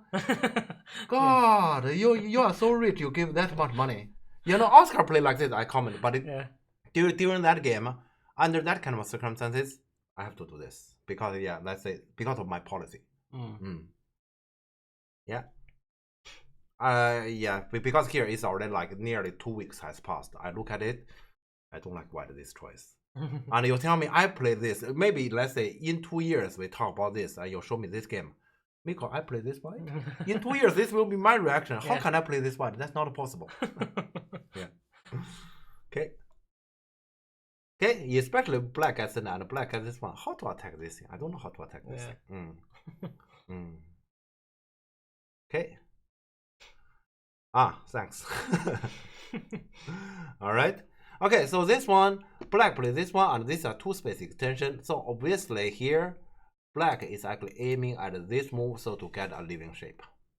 Yeah, and that is actually my motivation here to peep first and do nothing. Because this one means in the future, okay, I just play something. This one happens, black get connection. This. White doesn't have to connect, but at least here we get this kind of A-B extension which take away black eye shape. Okay. Yeah. So yeah, this is my motivation. Another motivation is actually a weird one. Yeah, there's a little bit of cloud here. I'm saying, I remember there's a pro game after this one. White plays this cap, and it's considered as an awesome move. Is either this cap or this cap? I think it's this cap. I don't remember which cap was that. I remember there's a pro game that is a very old Japanese pro game, white peep and cap. But okay, here I don't find motivation. I myself to cap here, so I just did this and then just to take away some eye shapes. Yeah. Oscar expected H10. H10. I don't find too much motivation to do this because what is this? I don't like to make center territory, so I just take away his eye shape and then I leave it, and we'll see what happens on this group later. Yeah, that's what I was thinking about. Okay. Antti was expecting cut, I guess, in the comments. Antti expect me to cut? Yeah, Antti's words were like that. You think that C9 is a hostage. Hostage, that you're taking that as a hostage. So Antti think I'm gonna cut here. Yeah. Okay, I don't feel like to cut at all. Actually, I might. Yeah, now you say it, I might. Okay, so you're saying this one and I cut. How bad is this? Not necessarily bad, huh?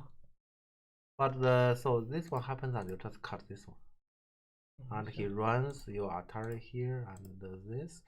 Not necessarily bad. It can be fun. Actually, it can be fun. But then you have to push from... I'm still not sure. Yeah, you have to push from behind. And then even you push behind, you have to come back here and hit turn. Can you kill this? I'm not sure how fun this is. Yeah, I mean, this can be a fun plan here to play. But how good it is, I'm not sure. This is not my plan. My plan is simply I just want to make this extend so to actually alert about this kind of B12. Right. Yeah. So to me, this is a slight game. Normally, this peep is hardly a game because you give black this 3 stone here and it's strong facing to this. But white is very strong here too. So then this is hardly a loss. That's what I was thinking about. I think I remember that game. I think the cap was 2 spaces away, wasn't it? The pro game. It was awesome because the slightly looser move was strictly better, not applicable here. No, yeah. I remember there's some games like that, but I just want to get the people, and I didn't intend to do anything in the center. Yeah. So that's why you see after that I basically played on top. Mm. Yeah, and I played the attachment here. Is mainly I could have just played the normal invasion, but the thing is I don't really care about the corner here. Yeah, because black doesn't care about the corner, so why should I? And also I can settle the group here relatively quickly. Yeah, that's what I wanted.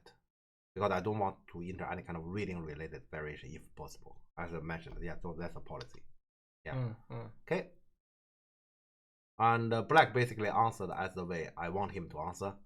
And probably he's also happy that I attach here. So we are both happy. Yeah. Yeah. Okay, so I settled a group there. Yeah. Okay, and this move, to be honest, surprised me. I didn't really expect the black does this thing this direct. Right. I'm not sure how bad it is, but I wouldn't do this direct because here this direct means it potentially hurt this group. Yeah. Probably black doesn't want me to Keima here to take away his base. It's going down so bad. I mean, you mean that's Peter here? Yeah, something like that. That also looks bad. That also looks bad. I don't know what. I don't know what. If I were black, I wouldn't answer like this because this is actually the shape I wanted to get, and I don't know how black should answer. That's why I want to get this shape. But this move doesn't look right. Yeah, and as you have mentioned, yeah, the scribe mentioned this move he played without any hesitation. Yeah. This also surprised me. So it's like I believe here he immediately did this. Yeah. But this one actually make my ship strong. What is his benefit? I don't see it. So I still don't get it. But he just want to make my exchange. He did that anyway then. Okay. I'm pretty happy by getting this one because to me this exchange actually helps me.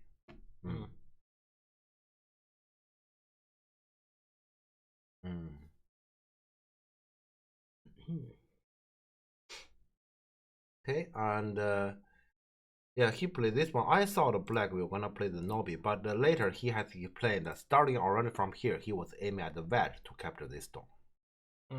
But why this stone is so important to him is still beyond my understanding. Also, why those 3 stones is important, I still don't know. Yeah, so if I were black, I would do this.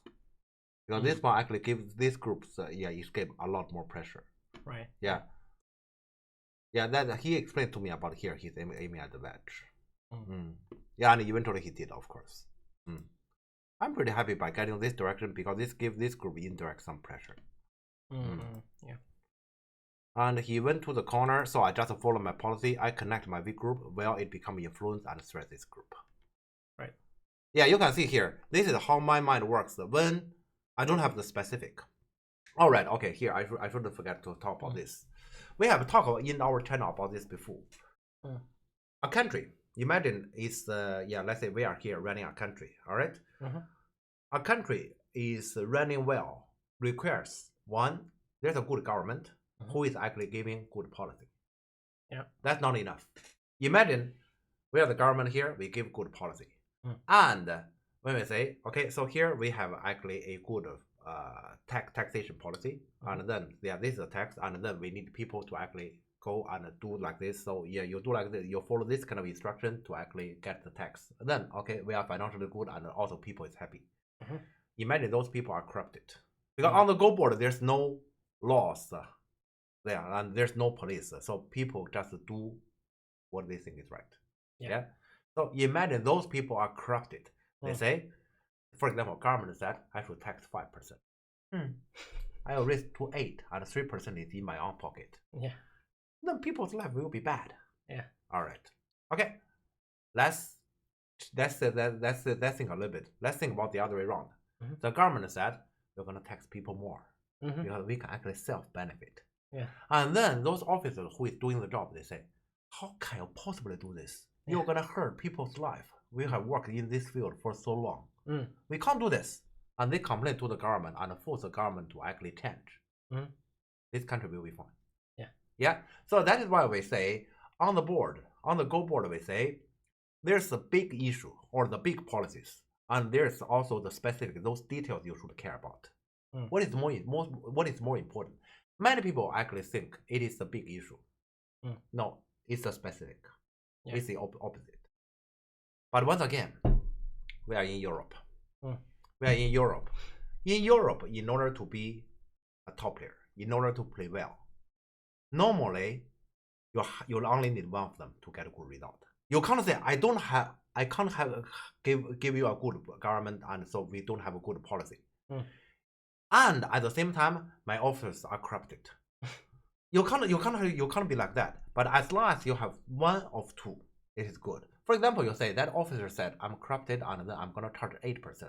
Mm. Well, then actually they pay 3% more. It happens. It's not good. But the government originally charged 5 if people is fine, and then people's life is slightly worse. Mm. Not by that much. All right. The government policy is bad, and then the officer protest. You can see that's better. Mm. That's better because that actually changed the government policy.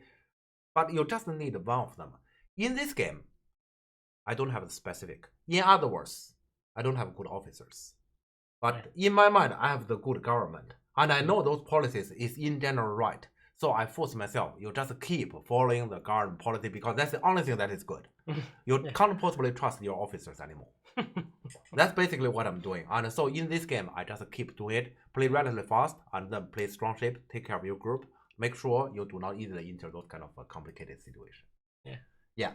So that's basically what I'm doing. So you can see all the moves are actually following this. And then it is, Oscar said I played his game. Yeah. So Oscar, when you say I played your game, you have a good government. Think about your officers.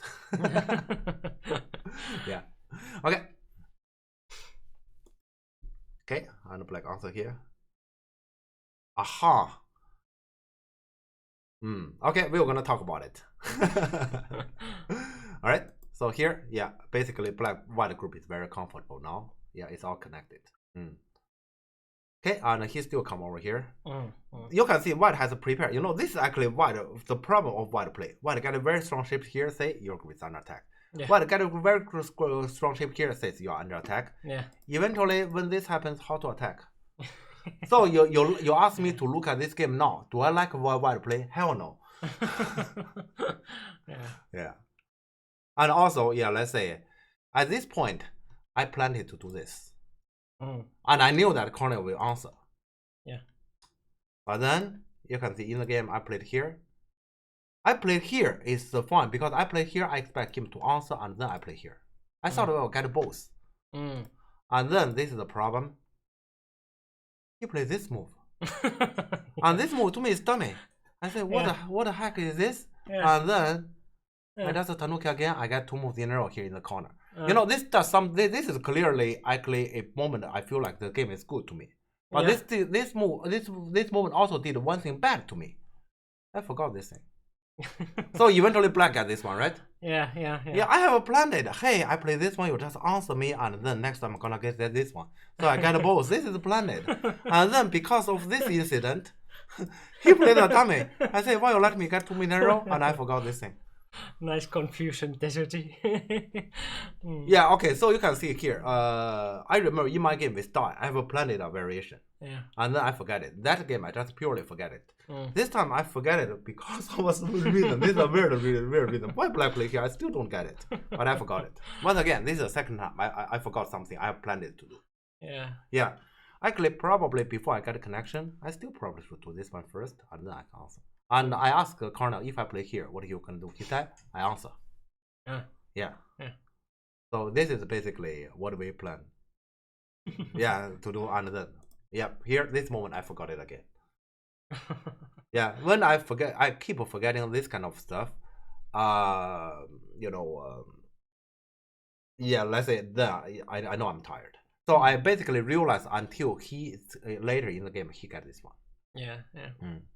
But okay, let's come back to this story. What's this? I don't get it. I don't get it. Yeah, when he play here, I don't get it. What's this? And then he explained to me after the game. Yeah, after the game, he's pretty happy, I would say. And I fully understand him because he was captured. His group was captured, and eventually it's kind of like he escaped from prison. Yeah. Yeah, so I fully understand that. Yeah, that kind of Yeah. that kind of feeling here. And then he actually gave me some information here. He said, I play this one because you're gonna do this. I do this one. I do this one. And then I do this one. There you come over here. I'm gonna tag your whole group.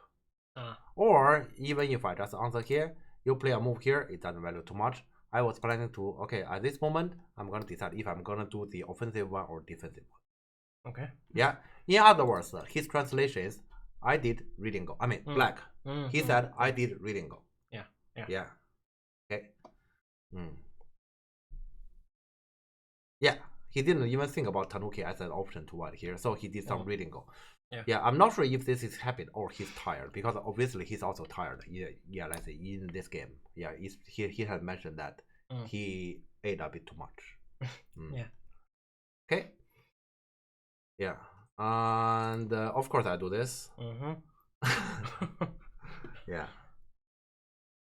And this moment, yeah, you can see Connor is this kind of player. He's very cautious.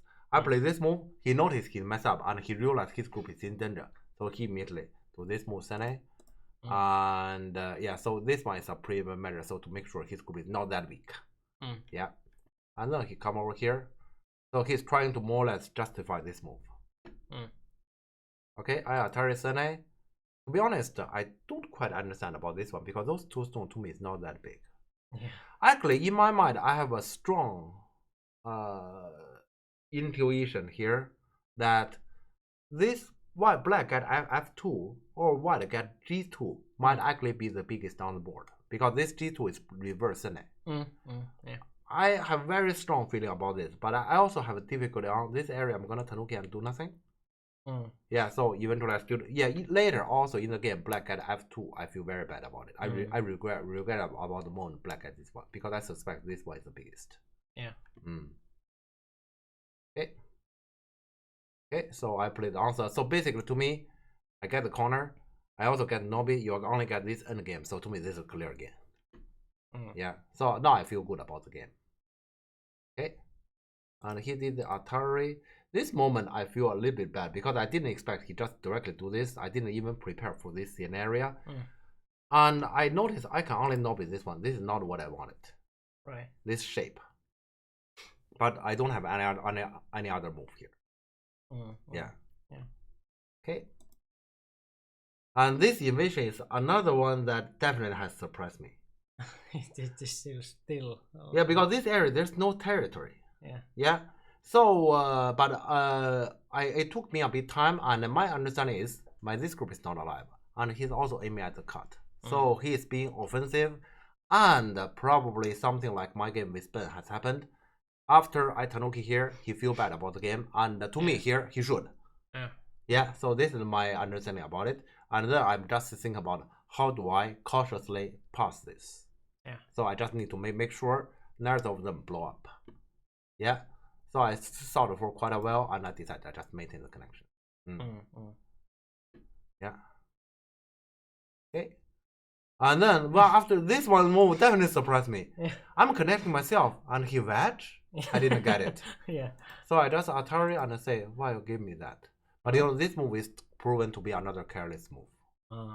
Yeah, because this move I gave so many forcing moves in the center. Right. So, as retrospect, I should just answer this. Yeah.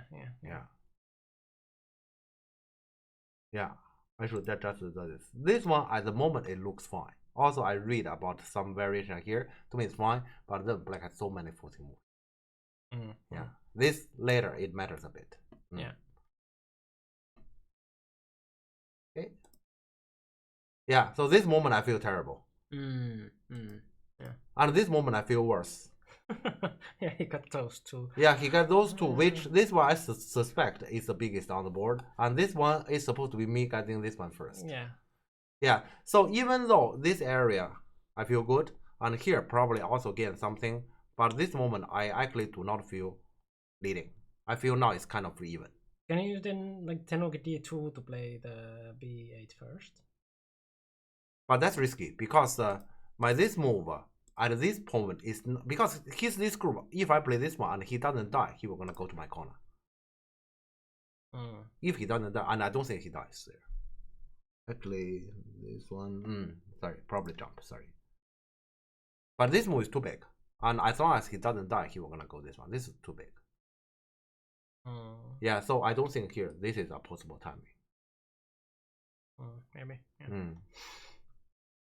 Okay. Yeah, but I feel bad. I just have to follow the procedure. I get this one instant first, and then I go back to take this big one. Yeah. So yeah, this moment actually, I feel like it's close. Yeah, my feeling tell me it's close. Later, who told me? I forgot that I should play the attachment. I forgot who told me this. Totally. Yeah. I didn't even think about it. I was thinking that this during the game because, like, I mean, if he does something in the corner, you cut the top side, and right? Yeah, but I didn't even think about it. Yeah, that's a problem. And also here, for some reason, I didn't think about Black just answer me because Black answer me. He tell me how big this move is. Yeah. But actually, his push is probably right. Yeah. So in the game, I thought, okay, I cost me the block is mine anyway. Right. And he immediately took it. Yeah. Yeah. All right. Okay. Okay, and then when I play this one, because I plan to play the center, yeah, he doesn't like this move because he thought I can still do this one. I can, but the thing is, this will gonna ruin my center potential too. So to me, this is not a game.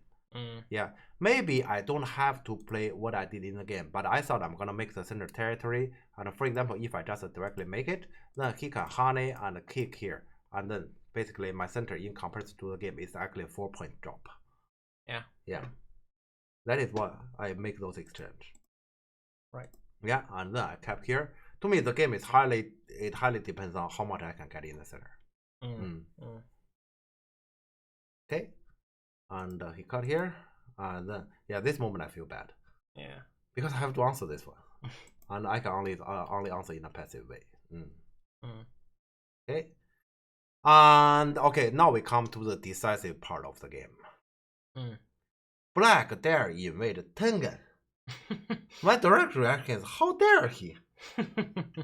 Because I expect he just go one line back and I defend here.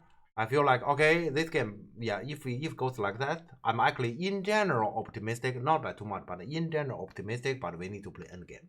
Yeah. And I say, how dare he do like this? I was pretty sure here I can capture something. Yeah. And also, if I just go back to defend and play endgame, it's probably a close game. But endgame means a lot of specific you have to figure out. And I was tired. Yeah. And I told myself, I'd rather just one strike finish it. Yeah. Yeah. So they come to this decision. And to me, I can do it. Yeah. They were also expecting this one, like Fredda was saying this in the chat. Yeah. I mean, this logically should be right, especially, okay, we can see it soon. Here, it is important. This one is a very comfortable center. Yeah. And the black center is very fragile. That because black could have answered this one, but then he also gave this center, this Atari. So black in the game is forced to answer here. Just black, this answer tells how fragile black center is. Yeah. So, Oscar was shocked that you were so much into the center and tried to kill. I see. Because to me here, what white did is reasonable. Otherwise, white have this kind of strong shape forward. Also, the strong shape around here. All those factors tell me black this Tengen evasion is illegal. So something like b5 or O18 instead of the center. But then I think I'm winning. To me, he should actually withdraw a line to reduce. And then my rough counting tell me I'm slightly ahead. Yeah, I'm slightly ahead. But then, yeah, this game is long, and this end game is not that easy. Golden Fowl, thanks for following. Okay. Yeah, center is usually smaller than you think. So. Yeah, that part I know. Yeah, that part is true. So making the center is usually not that. But this one should be right. I still think this one should be right. Because white potentially have some forcing more around here if white need to. So this one can grow to be really big. And to me here, white move is not wrong. Question is, Yeah, so how this much one, black to yeah. reduce. Yeah, this one was probably a little bit too much. Yeah. Yeah. Okay. Yeah, but yeah, let's see here. So this moment, I was pretty optimistic that his finish is just how. Yeah. How yeah. he will be finished. Yeah. Does F11 cutting work? We are doing it. Yeah, we are doing it, and Yeah. it was a very nice killing also. Okay, and Black Nobby here, and so here I read a little bit here, and in the game, what Black did is exactly what I want him to do, because in the game he doesn't want to hurt, so he plays this one. Okay, and he probably expect me to actually answer something like this, and then he can actually use my Sword of Liberty to actually let's say limit his loss in the center. But to me, white surrounding is too strong. So to me, this move is very obvious. And then he captured the two, and my 2 PB is suddenly and I connect here. He has 1 eye. Yeah. There's some space. I have some weakness, but this kind of shape, how can he get a second eye? I don't see it. Yeah. I just don't see it here. And to me, here, this group, yeah, if it comes to Liberty race, this group, there shouldn't be any chance he can possibly compete with. So Oscar is saying that K10 was small. I mean, so if you don't play K10 but you play something like the B5 area or O18 area, and white gets the center like by beeping like what Jeff showed, like M13 or whatever, is it really small?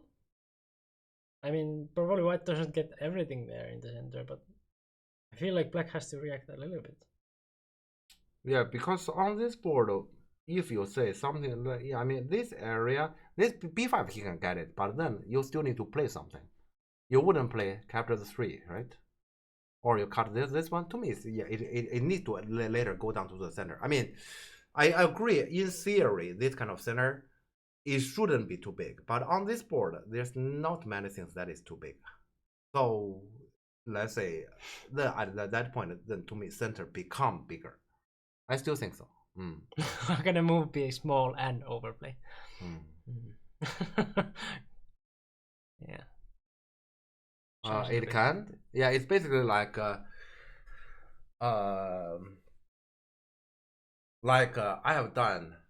Yeah, let's say for example, we say if you're gonna done a crime, you say I rob. Yeah. You rob a bank. Yeah. So you rob something big and it's a crime. Yeah. So you say, how can I rob something small and it's a crime? Sure, easy. There's just a very small grocery store. You enter it and you just rob $30. Yeah, I've seen those in movies, and then the police still arrest you and say, this is a crime because you are doing robbery. And you say, hey, this is not a crime. I'm just it's not comparable to I rob a bank. Yeah, it doesn't matter. It's a small and it's robbery. Yeah. Yeah. It's also a Jim Carrey movie. So him and his wife rob some grocery store. I remember. Yeah. Good movie. Yeah. You can always add the dead stone in your opponent's territory. See the energy drink. Yeah, possible too. Yeah. Often play small overplays Tenuki or on weak group to take a small move elsewhere. Yeah, but okay, so O18 is also like reacting to the top group, so the people wouldn't be that. So he's taking away those kind of move. I see. I know what he's talking about. Yeah. He's talking about this one, and he play push first, and then this one. Yeah, so the M13 wouldn't be. Yeah, that move is gone. Yeah. That move is gone. So probably. Yeah, it's a little bit difficult to choose a spot.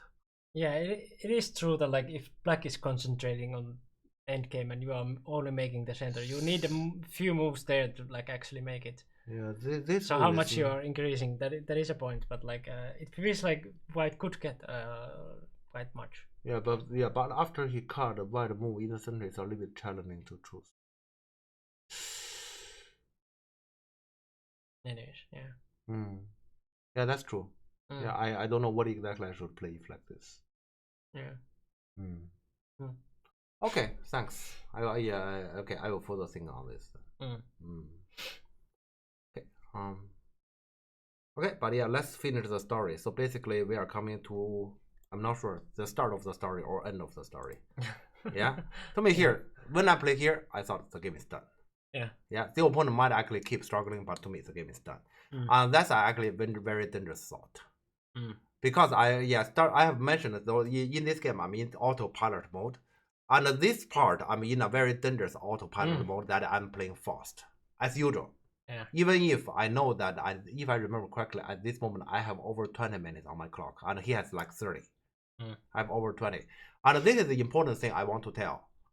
He was taking his time to think, even though he knew he's dead, and he's trying things out. And after my move, I make a choice. So he give me choices, of course. That is how you make the opponent to make mistake. After I make a choice, probably that's not, or really he thought my best move. He slows down and think again. So he's doing everything possible to maximize his chance to win, which to me is absolutely correct and respectable. Yeah, because that's what competitors should do, even if this board, black, feels so helpless. Right. Yeah. Okay. Yeah, this is actually my problem. When I watch, for example, Oscar play this game or Matthias play, I know this game is done. There's no way they can possibly lose the game. And then I have many students in a tournament I'm watching. I leave and watch something else, and I expect they tell me I win it, I killed it. Yeah. And of course, occasionally I get something surprise, like this time in Paris. I thought Alien definitely won against Ben. And then I left because Alien was leading by 30 points. Yeah. And then I left, and then I come back to Alien. You win it, right? Yeah. I make 2 blunders and I lost by about half. What? That happens. Yeah. That happens. Yeah. But that normally normally it doesn't happen. That normally doesn't happen. I'm saying, Oscar is right. I'm careless in this one, of course. That's also the problem I fostered as a coach, because when I watch my student game, this game here done, and then I tell myself this game here done. Yeah. But the thing is, as a coach and as a player, it's different. Yeah. I still need to finish the work. Yeah. But that's basically I've been mainly working as a coach for over 10 years already. Yeah. So I fostered such a habit. This moment done.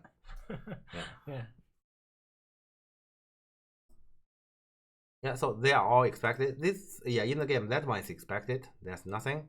This PB was surprising because I thought he can actually get a little bit more here. But even if, whenever he cut here, I plan to do this Atari and something. You can see my plan is very rough. I just to do this and I give that stone here. And then basically this foresight. Probably here I will do this. Yeah, so that's a foresight. It doesn't matter. Yeah. But okay, I thought he can probably at least use this card and make some sort of plan. In the game, he directly spent it. That surprised me. Okay. This one, I honey. This one, my very original plan was to Nobi. Yeah. But then if he has connected here, I thought in the game, because here I need to show our viewers exactly what I was thinking. Yeah. I do this one to take out the eye. He Nobi here. I have some sort of liberty here. Do I defend here? And what is this kind of push and Atari stuff? Annoying. Right. Yeah. And I'm clearly meaning why I take such a risk. Yeah. Yeah. So I say I'm gonna push. Then he connect. I know it. No problem, right? Yeah. You know what? When I push, he starts thinking. Yeah. He starts thinking. Yeah. I'm saying I get to understand why he was thinking after the game. He was thinking at every single moment that probably I have done something that favors him. Yeah. Seiko pointed your weakness here. Yeah. The annoying word. I thought the game is done. And then there's something annoying. Yeah. Afterwards, I thought it's over. Yeah. This one, I just need to play here. Yeah, there's no story. Yeah, there's no story. But this is something I'm thinking about afterwards. Yeah, so I did this one. But okay, then he's thinking. And then thinking for quite a bit. You can see he's very experienced. Okay? In the game, he played this one first. And then he makes those exchange. and then he played this Nobby. He could have played this Nobby first, but he played those first to, yeah. So this is actually an experienced player. He has planned for something here, but he distracted you first. Nice. Which didn't really necessarily distract me, but I would say that's the right way to try to actually get the opponent to do something wrong. Yeah, I would say that's the right way here. I just want to tell you here, in this part, number one, black definitely shouldn't resign. Number two, black has done something very right. And I noticed as a player, And when he play here, I took a bit time. I say, I just push and I play shape. There are 2 cutting points, what you can do. And this is, after the game, I realized as a blender. And this move, I lost the game. I thought I lost the big because of this one single move. Yeah. All right. Because I was thinking about, you connect here, I cut. Or you connect here, I cut. You can see this one is, okay, this one is proven to be the second blender. Yeah. And then I didn't realize, okay, I'm in short liberty here, and he had this connection. When here I jump, he slows down. I realized this move is not right. Probably I should simply connect because he has 2 cutting points anyway. But only when he slows down. Question is, what if I slow down here? Yeah. I slow down here, solve the problem. But as I mentioned here in the game, I'm in autopilot. I play fast. I play strong shape. Okay. And then there's this is the second one. I could have just blocked here. Everything is fine. But then number one thing, you connect one, I cut the other, or the other way around. So I cut. Nothing wrong. That's one thing wrong. Second thing is you can see this is a cloud, and I realize I'm in such a cloud mode. Yeah, after the game, only after the game. Yeah, last game I realized that I have a lot of cloud during the game and in the early, and here I realize there's some cloud. The cloud is simply this. I can show you. Black cut. I planned it to. I'm gonna make the corner leave. Or we'll talk about that later. And then I knew he was gonna do this. I knew he was gonna do this. In my reading, I didn't know he was gonna do this. In my reading, your 2 stone is about to capture. You're gonna do this one. And I'm gonna connect here. And in my mind, this is actually you can see this is a cloud. He will actually do this. What the hell is this? And then in my mind, I have 2 liberties here, and then I connect. How can I possibly lose the race? You can see this is how much the cloud it is. And during the game, the moment when he realized, I noticed that's stupid. Because of course he was gonna attack from the tail and give me 0 liberty in the center and take center and cut. But I only realized that is my cloud in mind only at this moment. Right. Actually, probably, it's more accurate to be this moment, but that's too late. If I realize that at least at this moment, I guess I could have do that. What is that here? Connect here. Take this liberty here and this liberty race. Probably I can also win it. Probably I'm not 100% sure, but probably I can also win it. Let's see here. Actually, I didn't know still. Let's see. Here and this is okay. Let's just make those exchange and take liberty here. You take liberty here. It doesn't matter. And this one, I take. I push. There's no reason why to lose this one, right?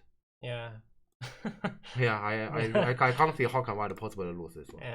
White definitely wins this. But you can see here, this is also something I have mentioned autopilot, because basically we go back to the moment around. Oscar also said like after like just black cutting the stones with M11, you could have maybe won by points by playing 019. That's not even inside my consideration. So that one I don't count that. Okay, this is the point. At this moment I saw about this one, and I saw this push, and I saw this cut. In my mind it's always, this is, you can see the autopilot. I'm gonna make the corner live. Then the corner is live. How can you possibly compete with me with this group? Cut me off or not? So in my mind, this is actually a fixed idea. And then this is the last round of the tournament. And then I just follow the idea. You can see the government is speaking, even if the government is doing something wrong. Let's say normally there should be a power when the government policy is wrong. You are capable to adjust. In this game, that power is not there. So basically, I'm just following the government policy no matter what. Sometimes my clouds come from this kind of things that like your opponent has done something that you already during the game think that is kind of weird. Like, why would you concentrate on these 3 stones? And then, like, because of its mistake, and I haven't considered it myself to play as black, then as a white, I might forget that he has done this. And then I somehow think that this group is more safe than it is for real. Yeah. So that kind of thing, like, I don't think that this is like that weak. Then like when this kind of thing would have happened, I noticed that, oh shit, he actually played here, so now this is actually a move, and now I'm in the deep shit. So like that kind of cloud happens sometimes. Yeah. I noticed. Yeah, but you can see my cloud here is somewhat different. Yeah. My cloud there is actually about, okay, so the fixed idea is this group is never afraid about any kind of liberty risk against this group. Yeah. So here, I've basically followed that policy here, and that is why at this moment, so this is the first mistake clearly, and this I thought this is the only mistake, and then this is the second mistake because you cannot here, I can't hear, or the other way around. I didn't consider about this one to I could get my group connected at all. Okay, and then of course the third mistake is I always think this group shouldn't compete with the group. It should be this one. Yeah, so they are all the fixed idea here. Yeah, and because of that, then in the end it come to all those 3. Yeah, though it's actually, as I mentioned, like 3 blenders. It come to here, then white group is dead. Yeah. Yeah. Whoops. Yeah, but it's mostly because let's say you can see there's policies and you just follow the policies here. Yeah. So there should be normally, let's say in Go, there should be a power. Let's say you have the general policy, but at some point the policy is wrong, and then you are capable to adjust it. Yeah. Normally, this kind of mechanism should exist. That's also the case here in our society. When the government is doing something but it's wrong, and people will gonna go to the street to protest and let the government heard about it. And here in this game, people doesn't exist. People is basically like whatever the government say, we follow it. Like in some of those kind of countries with dictatorship. Yeah. So people, that's why democracy is helping here. We should have democracy here in Go, and that actually can make can actually make you go better. But when I'm tired, it doesn't exist. But Oscar is here. I don't think Oscar will gonna be tired and doing this kind of autopilot thing in his games. So that is why I still think this moment the game is done. As a coach, this game is done. Yeah. How can I change this? I need to actually realize I'm a player. Have to finish it. But mostly I'm not a player. So this is a weird part. Even during the tournament, when they are talking about, I remember that is actually at day 2 in the morning. I arrived there, and there are other top players arrived there. They say, who have 2 wins now? And then I'm standing with them. I say, okay, so basically it's me and Dai, Ben, Cornell, and just one more, I forgot. So we 5 have 2 wins, so one of us will be paired down. And then I realized, okay, those guys are there normal. Why am I there? I'm not a player. My intuition tell me I'm not a player. Why am I there? And then okay, I'm a player.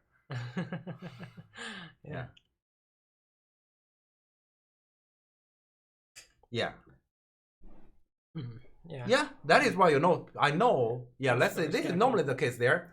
I watch my student game. Normally I say this one he cannot possibly lose, and I don't need to watch the following. It is actually sometimes I look at my student game. It's complicated. It is actually complicated, but I say I trust my student and I walk away. Because I trust my student. They are fine. But the thing is, this kind of habit lost for too long there. When I went to me, I have the same habit. This game is done. And my mind doesn't tell me why this game is done. Not always done. Remember my last game against Ali. Well, but there's a time factor there. Your game has time factor. I think here this game come to the very end. Where is it? This moment I have 20. And so basically I used 10 minutes to resign because actually I was shocked. I thought I killed him. Yeah. And then I counted, no matter how I count, I'm actually more than 1 liberty behind. Yeah. Yeah. So it took me like 10 minutes here to resign. Yeah. But well, I thought I played a decent game. And let's say during the period of time when I was thinking about to resign, what I was thinking about what goes wrong, and I thought this is a blunder. Yeah. This is a blunder, sure. But it's only on Monday I realized he's not the only one. He's just the first one. Yeah.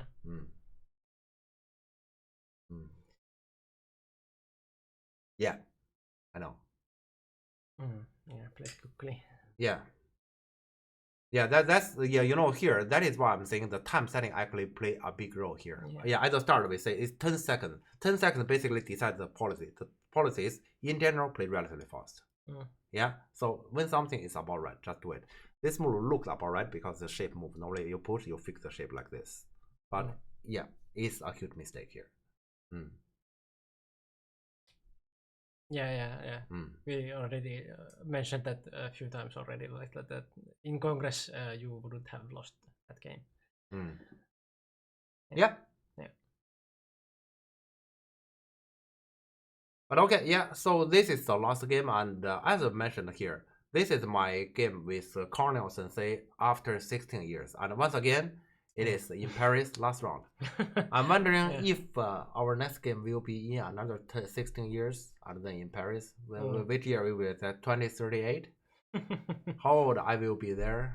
Another 16 years old, I will be nearly 60. Okay, I wonder if I can play better than this.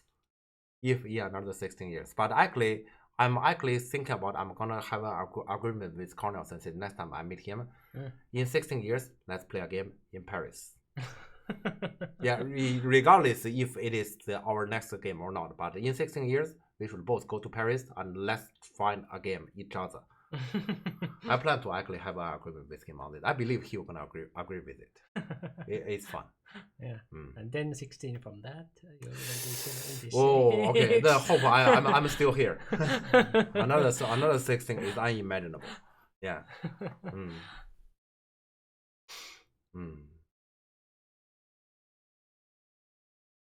Still thinking you should have read the Liberty Race when played M11.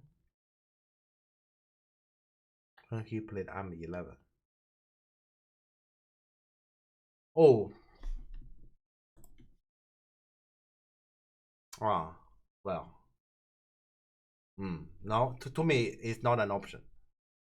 If I let him live and in Senate by capturing my 2 stones, I thought clearly I'm done.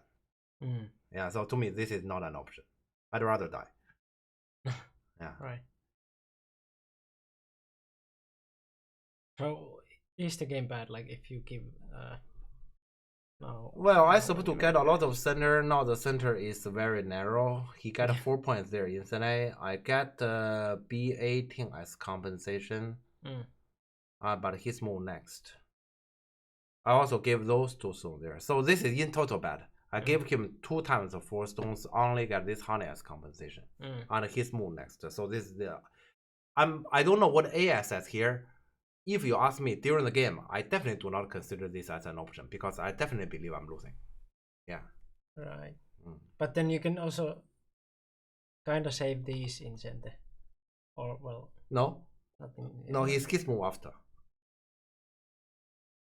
But will he like try to like?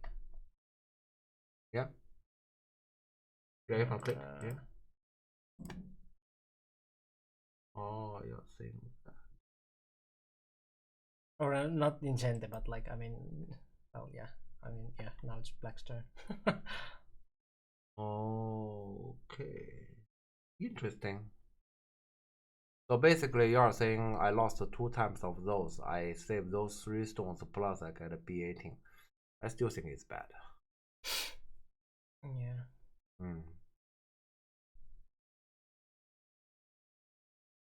Anyone has AI can answer this question maybe? I'll play Onyantin instead of M12. Okay, so M12 is not. Yeah, because you can still play that later. So yeah. Okay, yeah. I mean. I don't Tiger, yeah. Yeah, of course. This way. Anyone Yeah, answer this question? Yeah, because then you can later even like get these. No, Yeah. so these are not gone yet. I feel bad. I can tell you, I still Yeah, feel bad yeah. here. But the question is how bad? Hmm. So yeah. Now it's like, will Black capture or like do anything about it? Because like now if Black plays like something else and you do this, Yeah. now it's a different thing.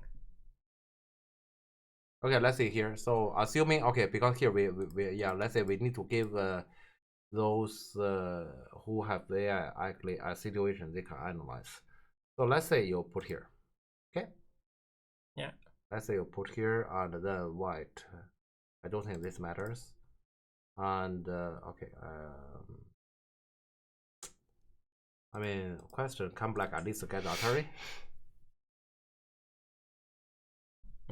I believe Black can at least get Atari. Okay, let's see this version. This version, and then it's Black move to play endgame. So this one is done.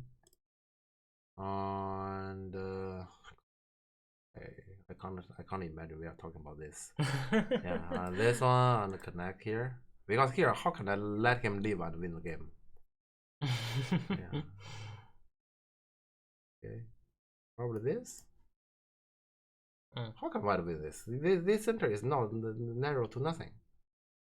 Well, according to Oscar, it was nothing in the beginning. Oh no, it's different. Yeah, Oscar is saying that this kind of center is not worth to do anything. It's not. It's different from nothing. Yeah. Yeah. No, it's nothing.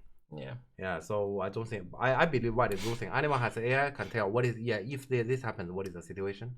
Yeah. I guess this is probably the last thing we can figure out about this game. Okay, slightly less than 50. Yeah, we can count. We have time. No, slightly less than 50, okay?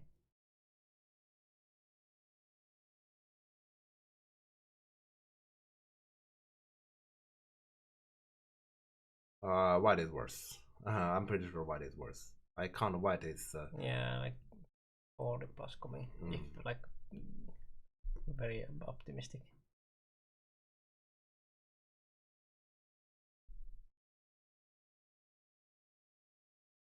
If Oscar is right, it's less than 50. To me, White is less than 40. Less than 40? Yeah. On the board. With Komi. On the board. On the board. Yeah. I normally just count number on the board. Yeah. I don't think White can do this. Yeah, you might be right like this. About 10 points. Yeah. Maybe you're right and you're realistic. But the thing is, White was killing Black earlier, and now you're saying let's play endgame from a worse position. I don't think I can do it. Yeah. Okay. Yeah, but yeah, we were talking about resigning, so like it's very possible that you should do this. Yeah, Oscar is basically my game sequences like I resigned that one. But to be honest, I wasn't sure if the top side fight is too bad. Even if I lost the 2 Liberty in the center and he got 0-18 during the game, I wasn't 100% sure. And you weren't thinking of winning. You were thinking of killing. No, I was thinking about winning, but to me, like this, you cannot win it. Yeah, there's not that much like to do anything anymore. Like if you're 10 points behind and you don't have anything, so then yeah. But yeah, Oscar, here, yeah, I still say this is our major difference. Maybe let's say I consider Cornell as a player. Cornell as a player. You are clearly a player. Am I a player? I'm normally not a player. You know that. Yeah. So my mind doesn't necessarily run like a player. If my mind run like a player, I wouldn't actually here. Starting from around here, I just play fast. My mind doesn't necessarily run as a player, and that's why I'm saying after that, Black is dead over. Yeah. Of course, this is actually kind of a lesson to me as a player. So next time, I'm gonna play slower. I will be more cautious. But when will be the next time? Yeah. Also, even if there's a next time, will my attitude change? You know, attitude here is important. Yeah.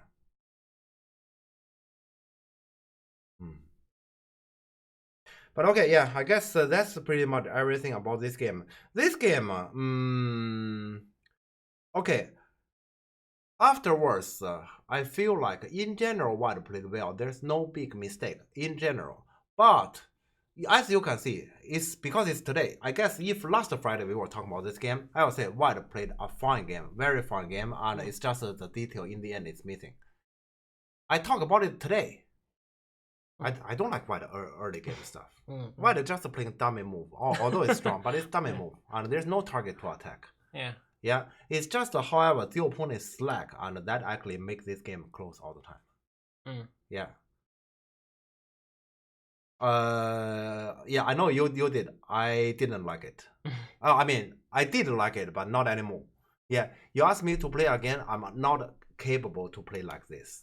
Okay, I probably shouldn't say that. I'm saying if I'm in a normal game standard, I'm not able to play like this because this is to me not right. Yeah, just saying. Yeah, I can see this doesn't look right. There's too many slack moves. But yeah, as I mentioned, this game is actually happened at this game and also last game is banned. It's a relatively special circumstance as I realize I'm tired. I realize I'm missing specific, and then I make a policy and I just strictly following that policy to play the games. Yeah, so those two games are product of those kind of policy.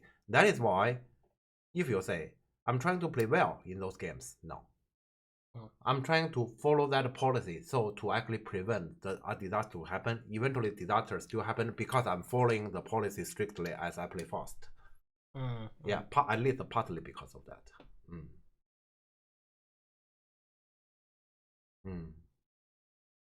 Oscar, I still wouldn't say. I don't think those moves are fun. I still think they are very inefficient. Those kind of to have this kind of shape, I no longer like it. To have a shape like this, I no longer like it. So yeah, in both cases, there's one thing clear.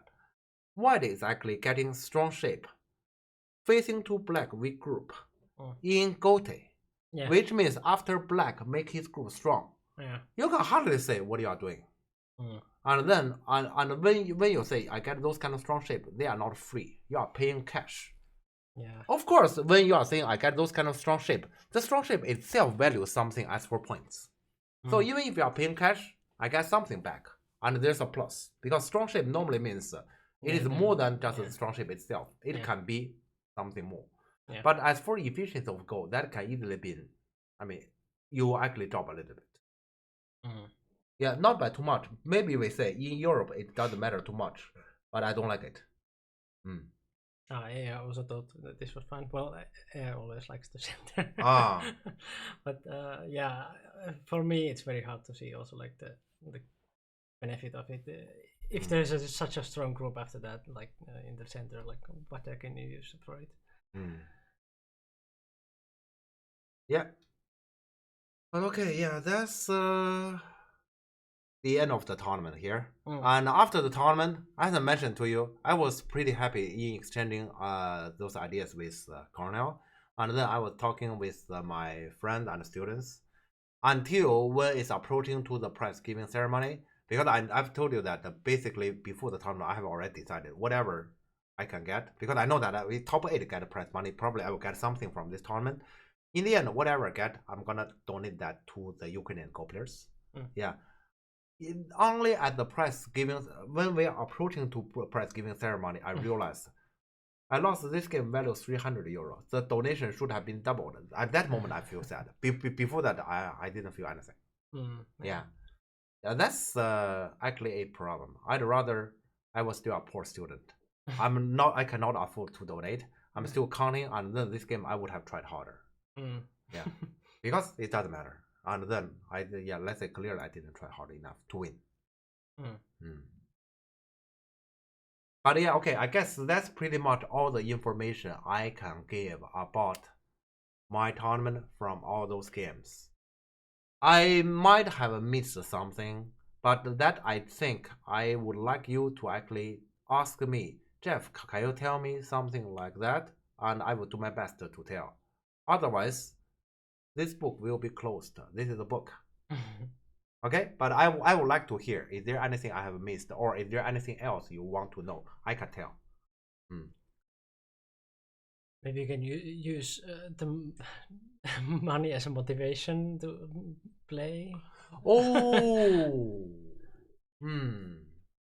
Like Next time I'm gonna do like this. Yeah. I'm still gonna do the donation to Ukrainian Go player, but whatever the prize money it is there. Yeah. I take the same amount from my own pocket, but then I want to lose, right?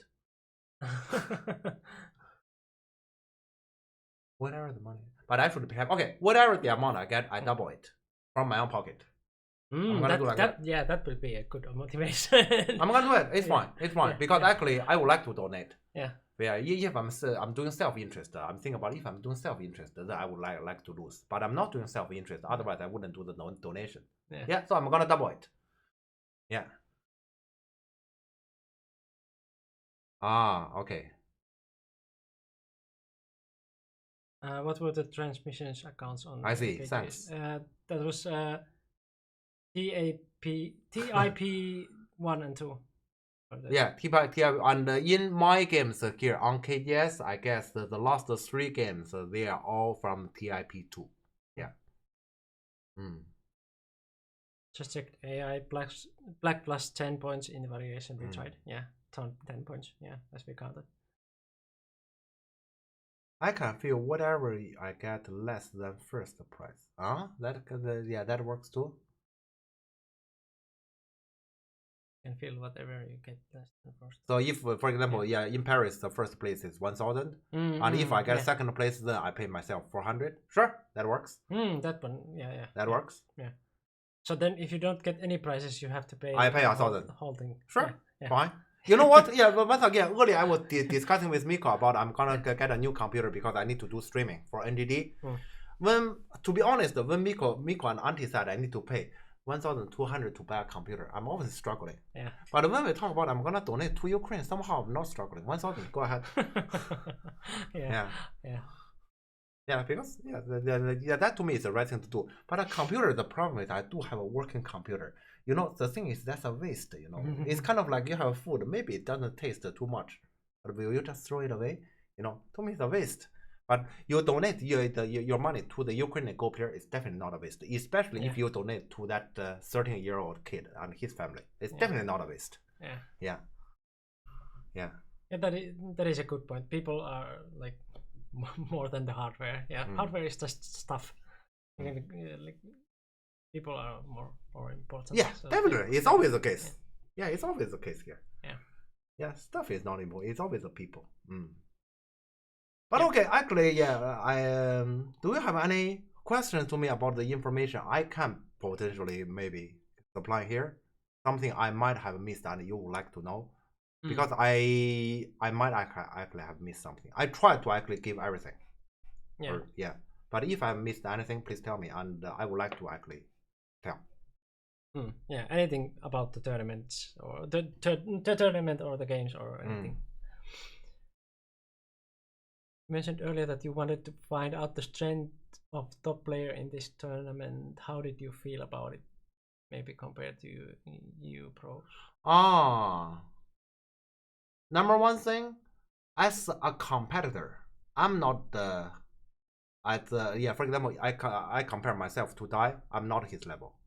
Okay, I'm very clear about that. If I just have imagine I'm not tired. I'm at my best, and I'm not in a tournament. I just play one game with Dai, just like we are both professional players. Imagine that, and the time setting is not this harsh. So basically, I give all the good factors to me. Can I win? I'm not sure. Probably I'm still slightly weaker. That's basically the my evaluation at the moment.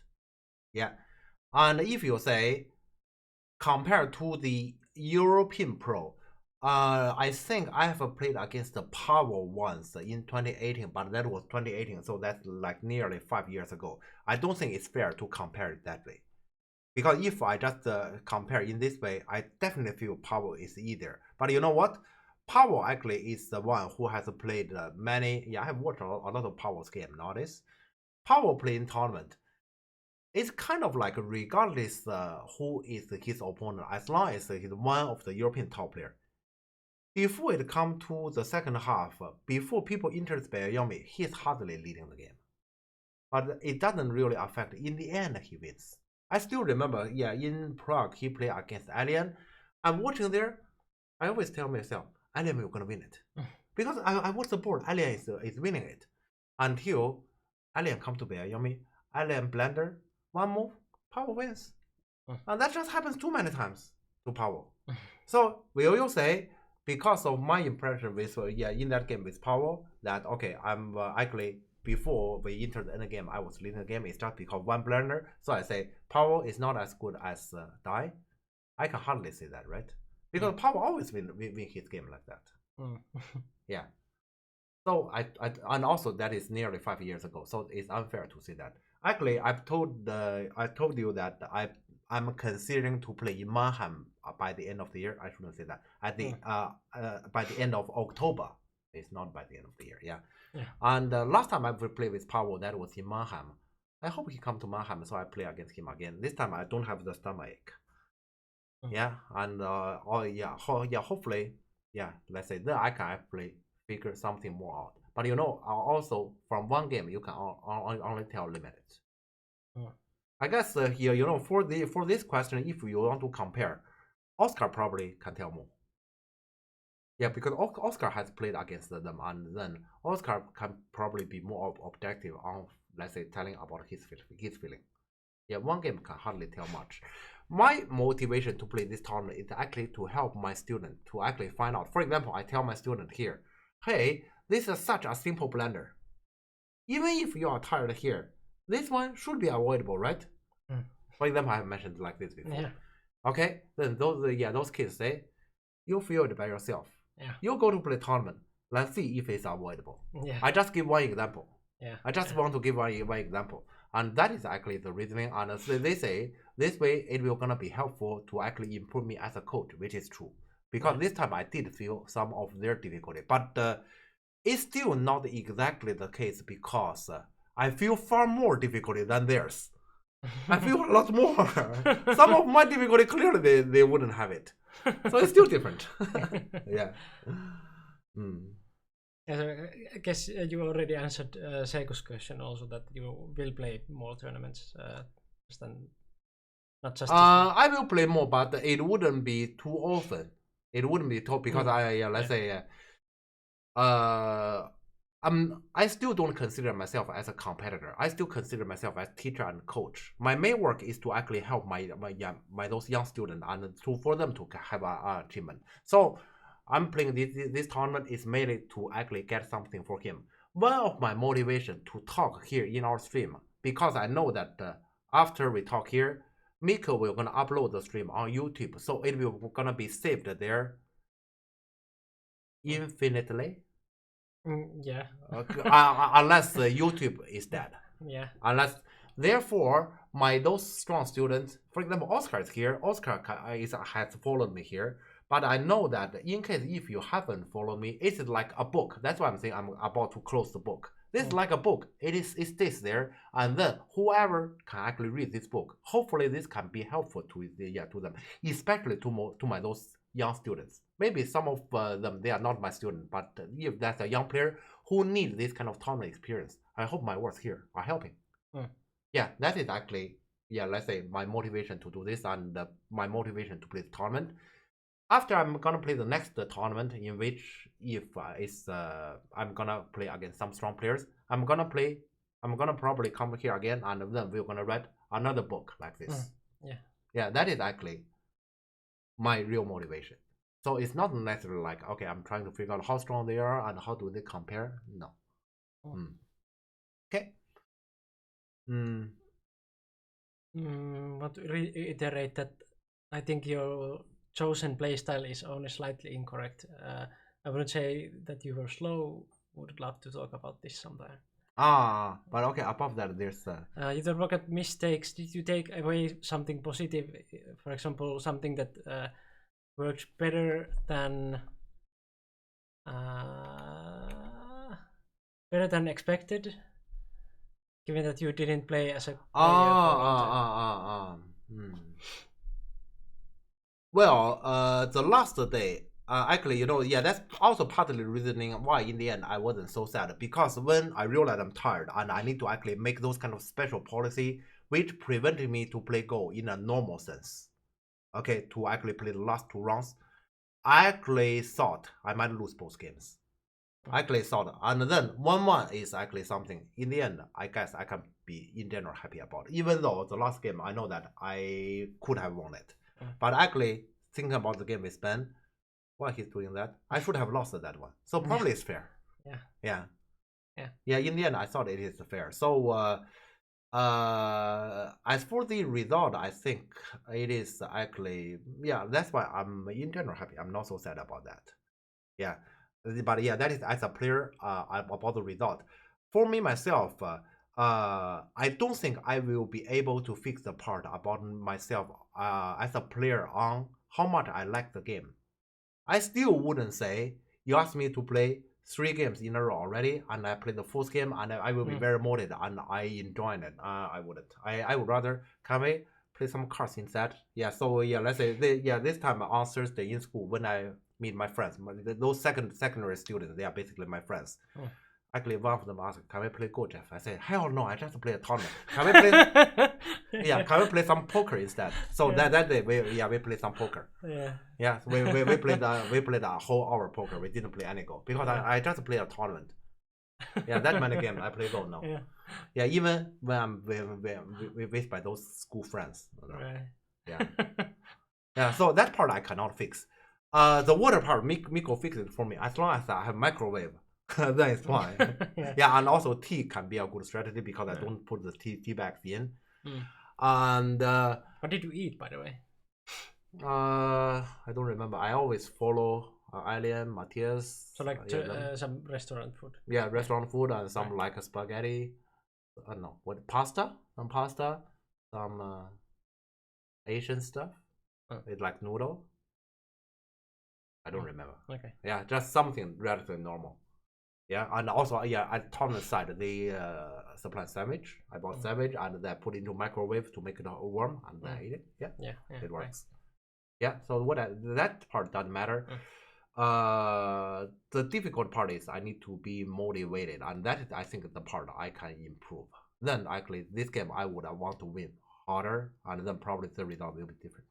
And I guess here Sandman suggested that whatever I donate in the end, if it's not the first place price, I add that thing up from my own pocket. That's a good one. That's a good one. So okay. Next time I'm gonna do that. Okay. How about becoming a target for some students to catch? I remember you telling me I need a target for targeted reach for when I was 6Q.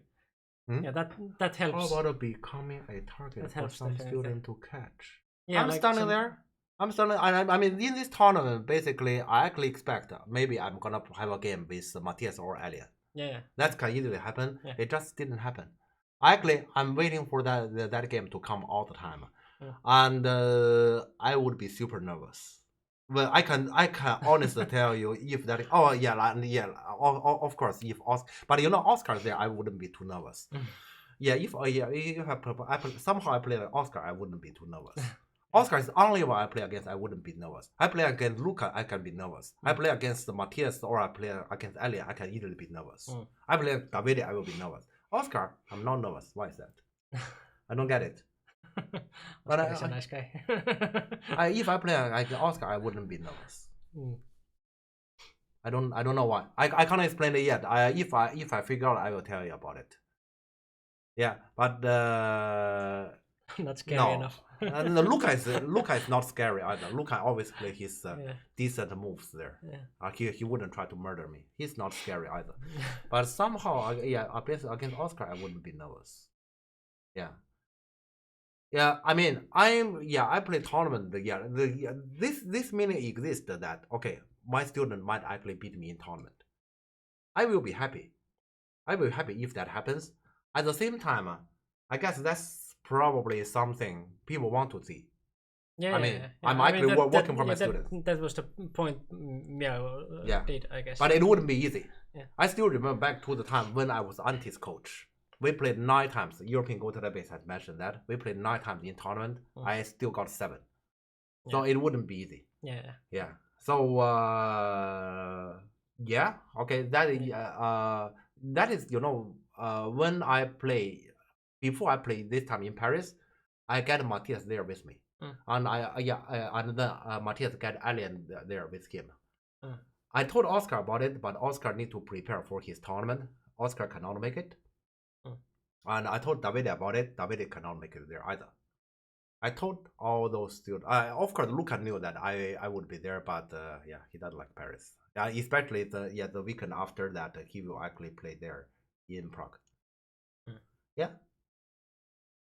Yeah, so I always told my student about, okay, if I'm gonna play a tournament, and I ask, will you come? And I'm always preparing for, all right, we were gonna have a game. I even had a dream one day that, okay, I played against Matthias in the very last round of a tournament, in which I think it's a 5-round tournament. Yeah, that story in mind.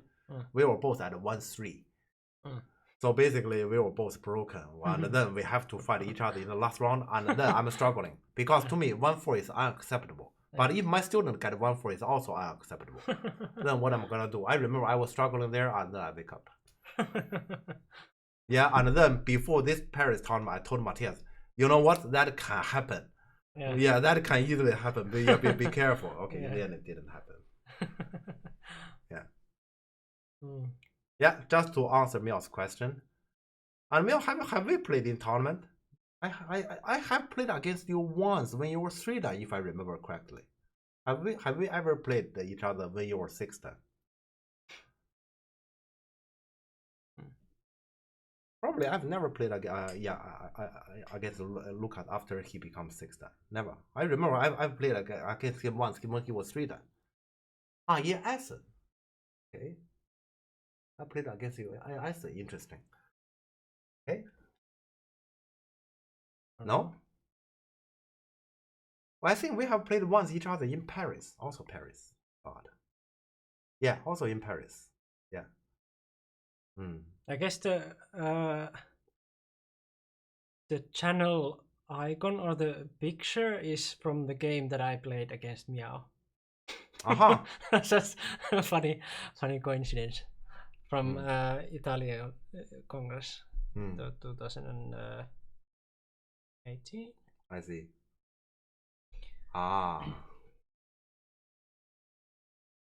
Alright, we should play again, because that is also probably another 16 years story. It should be at least 16 years, because we were talking about Paris back to over 10 years ago. Yeah. Alright, but okay, I guess we should leave it for now. Any other thing you want to know? We should answer it all, because otherwise the book will be closed. Wait, not that.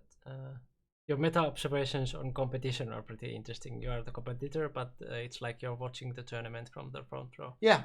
Exactly. You know, Oscar, that is why I feel like I played a lot of games. Yeah. Let's say when you are playing, I'm playing too. But actually, I realized that's wrong. I did play like a president, like the one who is making the policy. Without the officers, and that is why when I'm tired, I don't have officers, because it's so long I haven't practiced. And I always say, whenever it comes to the specific, whenever it comes to officers who do their work, I say I trust my student, I leave. That's already my habit, and that's why I don't have officers here when I'm tired. Yeah. How long have you been stuck at 6 dan? Me? God, when you guys promoted. The same time as Antti, but I don't remember when it was. 2009? Yeah, maybe. Something or 2000. Somewhere before he went to. Oh no, it's not the Finnish Go Association that promote. It's Swedish. It's actually Swedish, and you just recognize that. You Finnish Go Association just recognize that. It's a Swedish. I think it's 2008. Okay. Yeah, 2008. So how long I have been stuck at 6 dan? 14 years. 14 is there? 15. 14, 15. Yeah. not stuck at 16. He just decided to help others. So yeah. I agree. But to be honest, if you say, Jeff, we want to promote you to 7, I want to tell you I refuse. Because I mean, yeah, you need some tournaments. Yeah. to I mean, support because them. if you look at my tournament record, Yeah. have I ever beat any 7 or above? In my memory, 0. Mm. I have 0 victory. Yeah. So let's say I need won some tournament. I won a lot of yeah. 6-star, but never a 6-star, never a pro. Mm. Yeah. Yeah, many of my students has already overtaken me on this. They have won against 7 or against the pro. Mm. Yeah, to me it's 0. First 6-star tournament in EGD 2008. Okay, right.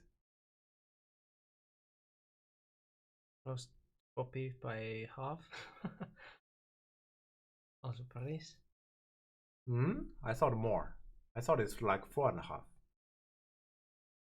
I thought it's 4.5. Oh, that's close. Yeah, Only yeah. 7. Yeah, Oscar is 1 step away. Yeah. Yeah. You're gonna get it there in the summer in Czechia before the Congress, I believe. Oscar, earlier said that, and if you look at the European Grand Prix calendar, that tournament is bonus C already. There's half, and you didn't know why you lost.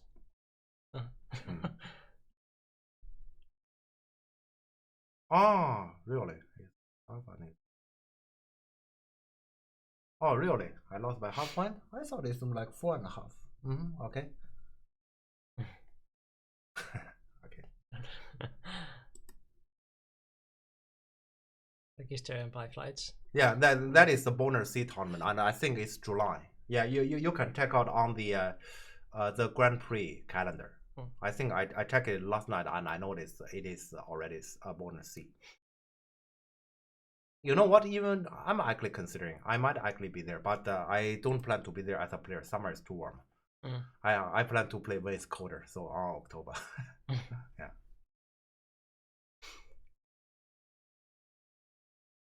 Okay, I guess we're gonna take one last question before we close the book. One last question, please.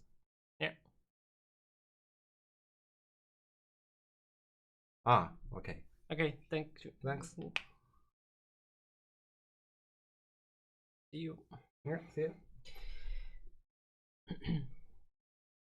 Yeah, so if nothing else. Yeah, then, if nothing else, we're gonna close our chapter here. And Mikko, shall we tell our viewers about our following planning in general? Yeah. So, because we are going to Oulu. Askar Tokenis. Thanks, sir. Pitch. Not our question. Not the question. We are going to Oulu like in the end of May, so we will have like at least the 6th. So the next week we would have a stream, but 13 is still a question mark because Jeff might go to see a football. Yeah, I might go to Milan, Italy. Yeah, to see football. But if that doesn't happen, then we would have like 13 also. Yeah. But then I will go to my parents before the Oulu tournament, so we would skip 20 and 27 because the Oulu tournament is in the end of May, the weekend. So yeah, at least next week, and the week after that is still question mark. But yeah, so either 2 or 3 weeks break. Yeah. Yeah, then probably like if we go even further, probably like June will be like mostly streams because I will most likely have the vacation from work in July, like usually, and there will be of course like Congress in the end of July, so like we would skip those 2 weeks anyway. But yeah, it's most likely that I will go to my parents also in July for some time. So like July will probably we will miss some streams also. I'm sorry. Mikko. Since Mikko had mentioned about Congress, I should correct one thing here. Congress for now is a question mark. If you have read about the most recent Congress newsletter, they actually ask a question to be or not to be. They are asking this question, and they are actually urging. I wouldn't say us. They are urging you guys. I'm sorry, I will directly say like this. They are urging you guys, if you intend to go to Congress, please register and show your intention, because they have difficulty on preparing for how many people may be here and how much we should prepare. They have some difficulty on because they have very few registered now. Yeah, so, they have just above 200 so far. And they would like more people to actually show their intention, and then they can prepare for that. So okay, I can tell I haven't registered because I don't plan to play there. I'm gonna help my student to play European Championship, but I can tell I will be there. The Congress, during the Congress, I will be there. Miko will probably not be there, but I will be there. And for you, probably if you're gonna register, there's no reason you wouldn't play.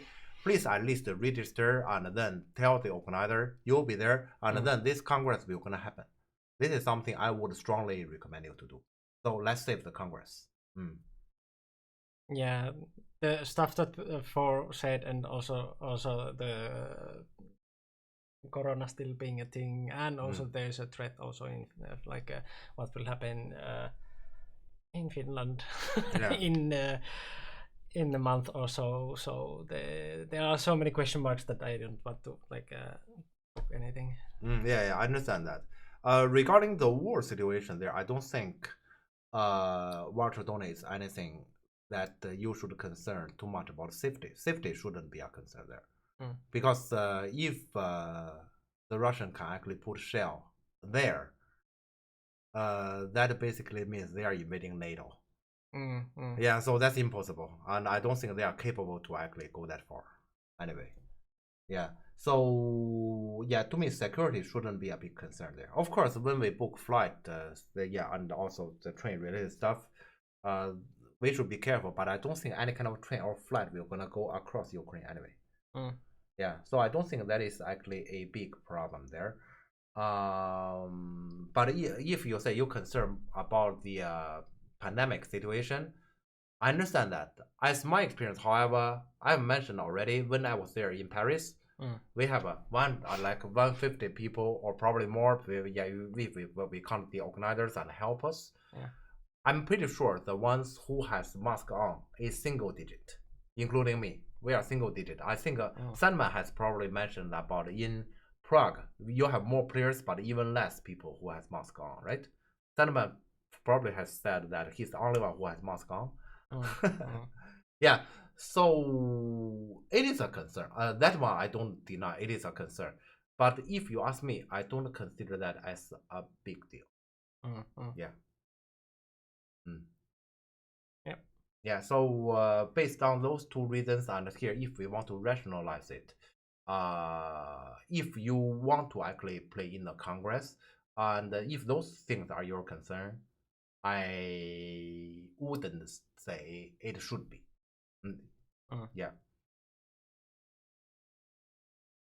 Okay. So just want to tell this about the Congress.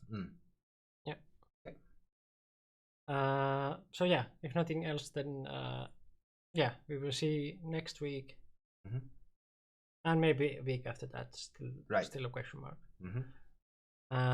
So the normal stuff. Anything new about NGD? We are ongoing, and we are keep doing our regular work. And I think next Saturday. The Saturday in 2 weeks we're supposed to have a lecture, and I don't know who we're gonna hold it yet. And I didn't really claim that because I might be in Milan. So because of that I don't want to claim it. And of course the YouTube, both this and the previous one will be in YouTube, so you can check this there later. Of course, also if you haven't noticed, Twitch has also the VODs, so you don't have to wait the 2 weeks, which usually takes me to get my ass for the doing the VODs transformation there. But you don't have to wait for the 2 weeks. You can see the VODs from Twitch already. Some people, of course, prefer to see them from YouTube, and I totally understand. But yeah, usually like when I'm forced to do that, I have the highest motivation, and yeah. But I try to do them faster. Sometimes it's just hard to do things. Discord in the between of the streams. If you want to contact us or talk about anything, and yes. And yeah, we will see you in 2 weeks next week. But Next week, yeah. But let's see if there's anyone to rate before we go. Oh, many. There are many possibilities. Parukpam is playing. Is it like super late or something? Southeast Asia. Like, that is like super morning late. or something. That is super late. How is that possible? Why is Parukpam up? There's some OG. IGOL. That's so it's Spanish. the Spanish. Then there is Ternamia, Rosius. Should we go to Parukpam because it's very rare that we can raid her? Okay, Because sure. like, Yeah, how is that possible? Southeast Asia. Okay. what are you doing? Let's go there Okay. before she ends. Yeah. See you guys next week. Yeah, see you next Friday. Bye. Bye.